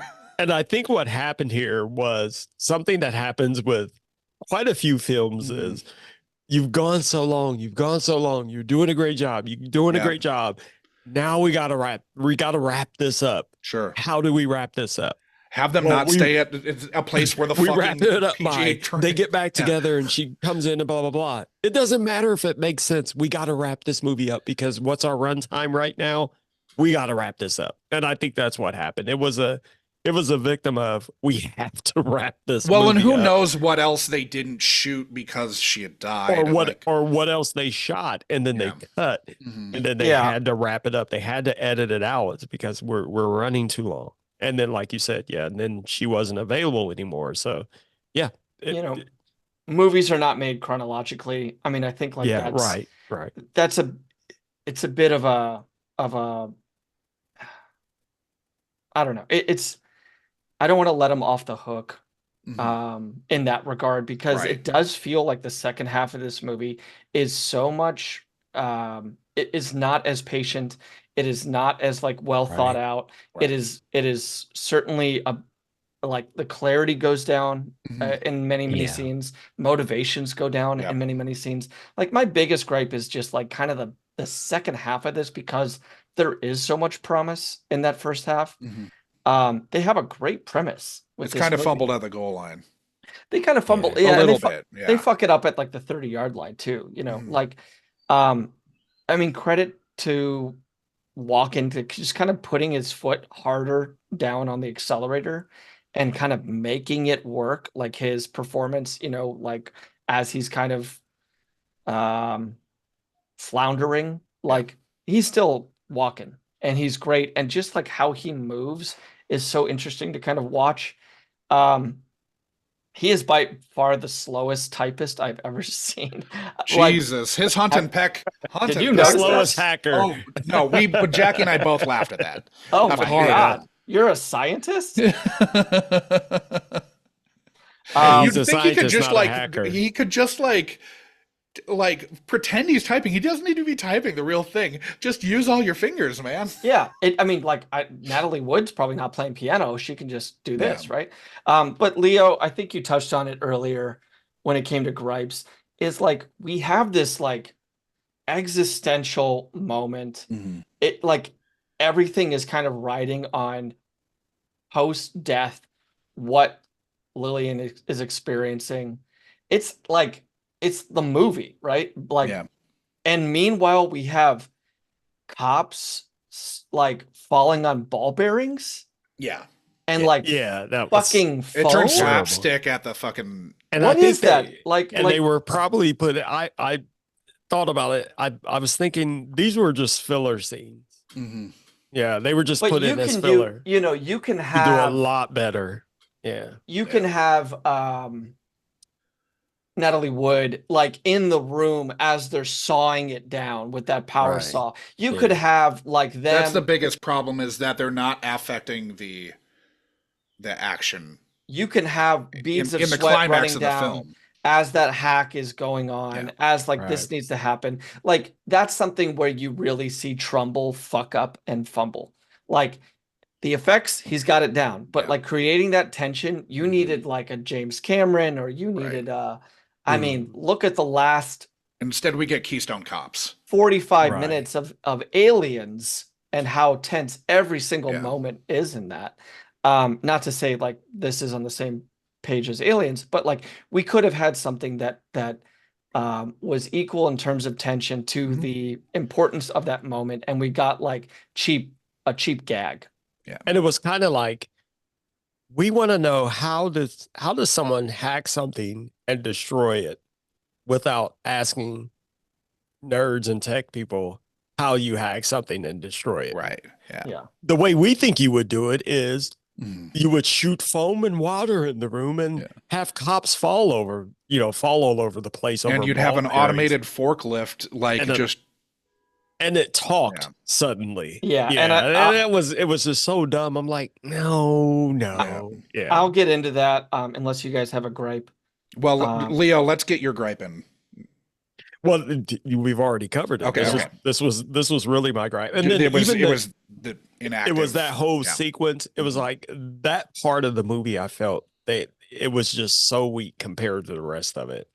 And then even the actual ending itself, where it just goes, oh, into the bubble. Mhm. Well, my problem with that is so Natalie Wood got there so quickly, even though the government, quote unquote, is supposedly so hot on their tails.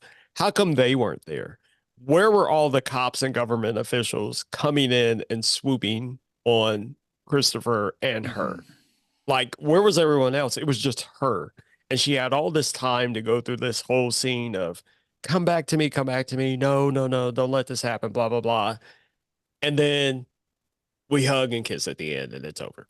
Yeah. Okay, that's fine. That's cute and beautiful. And it was a beautiful ending, but it kind of made no sense because where was everyone else? Mhm. Where were the people chasing them? Suddenly they just didn't know how to get to where he was, even though they said they had they triangulated his position. They knew where he was. They knew where he was making the final call. He'd be full like of bullets. She did. And It'd be like the only end of she Bonnie and showed up. Clyde.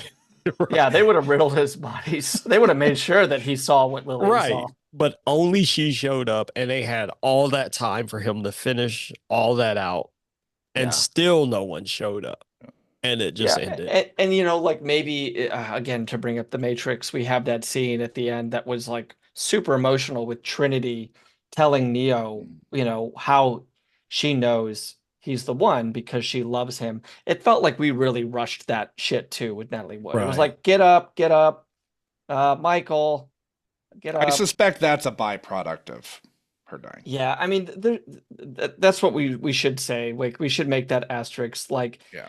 they were kind of tasked with an impossible job. Yeah. Your fucking lead actress dies. Yeah. You have Yeah. to cobble this thing together. You can't do any reshoots, which might help Yep. Mhm. plot wise, Yeah. pace wise. Like, that's unavailable to you. It's not like we can get some CGI technology to like Brandon Lee our movie to completion. Yeah. Like, Natalie Wood's gone, right? Right. So whatever we shot is what we have to make do. That's And all so, we got. So We got her with- sister as a body double sometimes. And I give them credit for for what they shooting got. from far enough away. No, absolutely, Yeah. Leo. Absolutely. There Yeah. should be a lot of credit to actually getting this thing across the finish line in its Yep. sort of like Mhm. in its form that it ended up with. But with regard to gripes, and we love to rip apart a movie, it does temper the sting a little bit for me when it's like, well, you did fucking lose your lead actors. Can I take a quick break? Oh, we're almost Yeah, done. we're almost done. We're so close to done. That's it. I mean, for fixing this movie, Josh, I would just say, like, We're I so would- we're so close, Leo. I promise. So close. Okay. I would love to fix this movie for today by just leaning so much heavier into the shop talk of it. I think audiences will smarten up. There's a Mhm. lot that we glommed over, a lot that we just like rushed past. We never really got the nuts and bolts kind of Yeah. of where I wanted to go with this movie, and like whether it was potential or how it actually works. That's what I would have loved if this Yeah. thing is like super tech talk heavy. Even though I'm stupid, I would have caught up. I would have figured it out. And I appreciate when a movie does that. Yeah. How would you fix this, Leo? Just a quick, like a thing. We don't need to go too crazy, but The only there was, I feel there was a slight misstep in the pacing of the development of the headsets. I mean, they did a good job kind of explaining we need to scale it down. We need to scale it down. But then the next thing you know, they're wearing these little thin things. That kind of misstepped. But overall, in my opinion, what would have helped if we really understood what was the motivation of this company? What was this company doing? We just kept being told, well, the company, and then we turned the company over to the government. Well, what were they doing previously? What was their job? Why were these people developing this tech? Why'd they have a chip? Yeah, and what was the story behind this company? What were they making before? Were they making cars? Were they making computers? We never knew that. So I think a little understanding of why these people had basically endless amounts of money to do whatever they want. If you think about it, they were just doing whatever they wanted for what? Why were they there? For me, it's the end of the film is just so strange. It's basically, we've got to fuck all this shit up, but we'll do it remotely while making sure to see the afterlife because that's what Lillian would have wanted. Like, it's just sort of a weird, sloppy way to tie this all up. And I think the final act needs to like tie the film together a lot better than it did. But the payoff. Yeah. You didn't like the payoff. Well, it was just sort of fundamentally like a little bit of a letdown, considering that the film had been pretty like professionally crafted up to that point, and then we get this. So saving graces. Last thing before we do our outro, what was your favorite moment or element of the film? I'm gonna say my favorite moment of the film was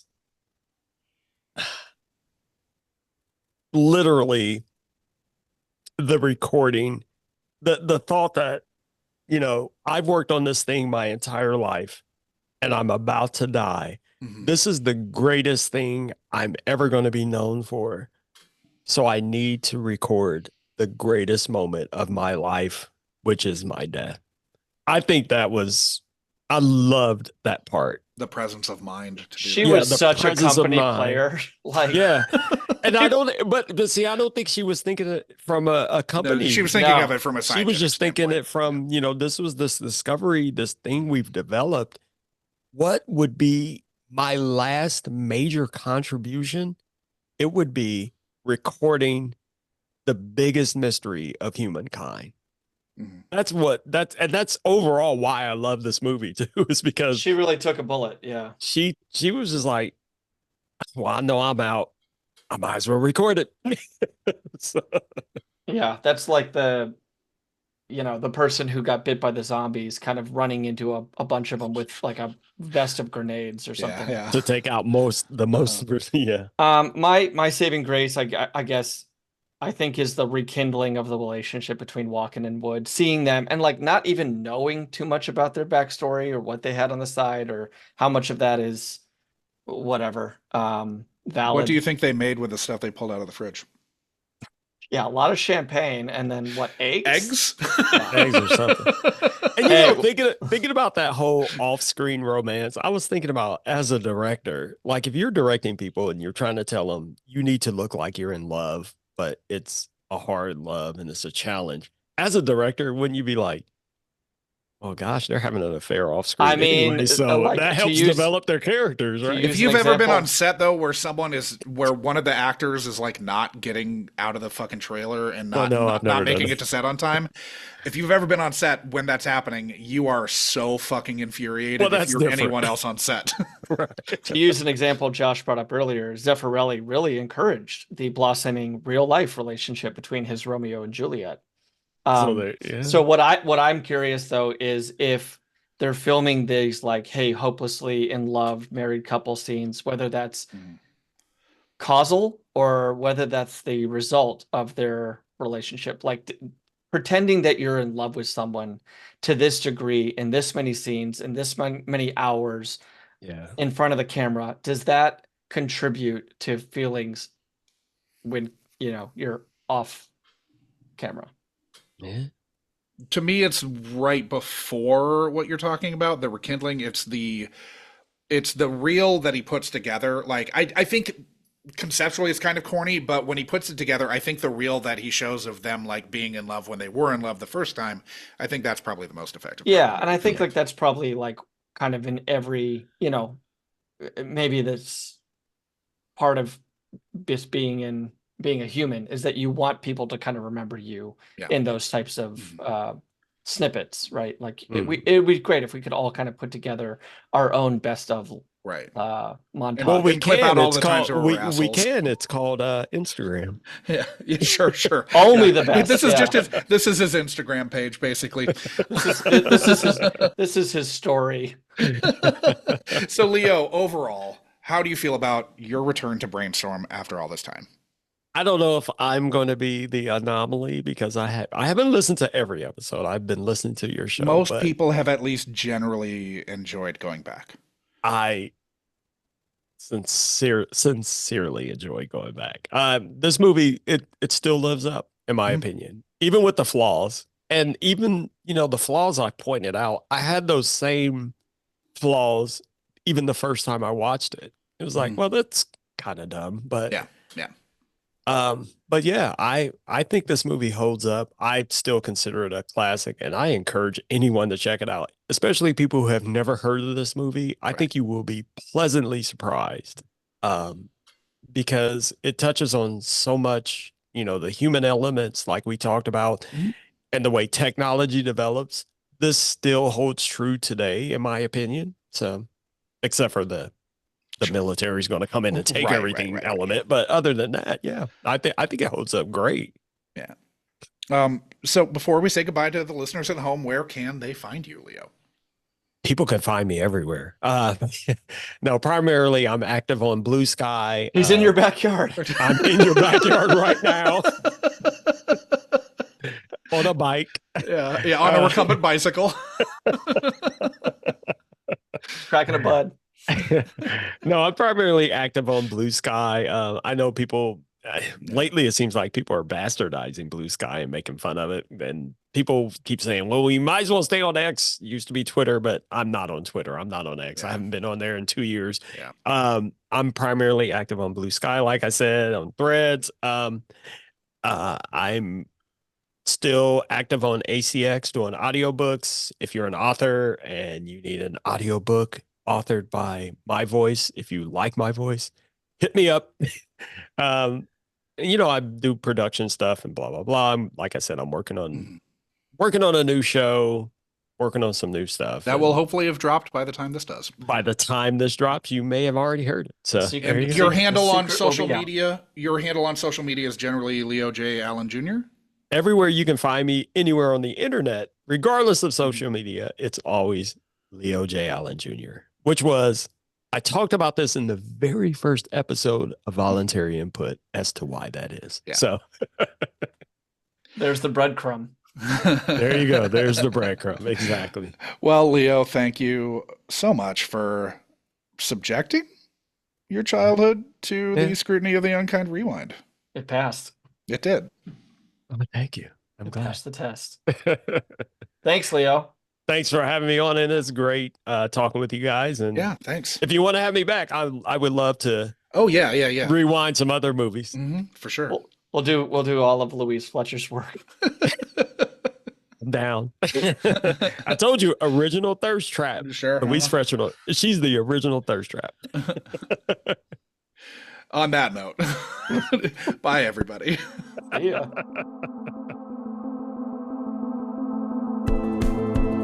You've just listened to another installment of the Unkind Rewind podcast, mining and potentially ruining your childhood for content, one film at a time.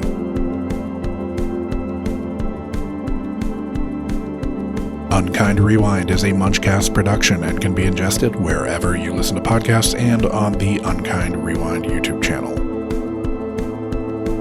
Music for this and every other episode of Unkind Rewind was composed by Divorcio Suave. Rate, review, like, and subscribe to Unkind Rewind on Apple Podcasts, YouTube, Spotify, and Good Pods. Links to all our social media accounts are in our show notes, but you'll find us as at Unkind Rewind Pod on nearly every social media platform, all of which are available at our website, unkindrewind.com. If you have a question, concern, complaint, or feedback, you can email the podcast at unkindrewindpod@gmail.com or call into our call-in line, area code 507-479-6440, and leave a message that can be played on air.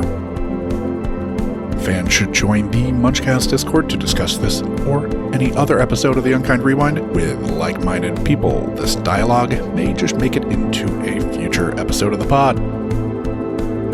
The Unkind Rewind Patreon will be coming soon, so start squirreling that pocket change away. Thank you for listening to another Unkind Rewind.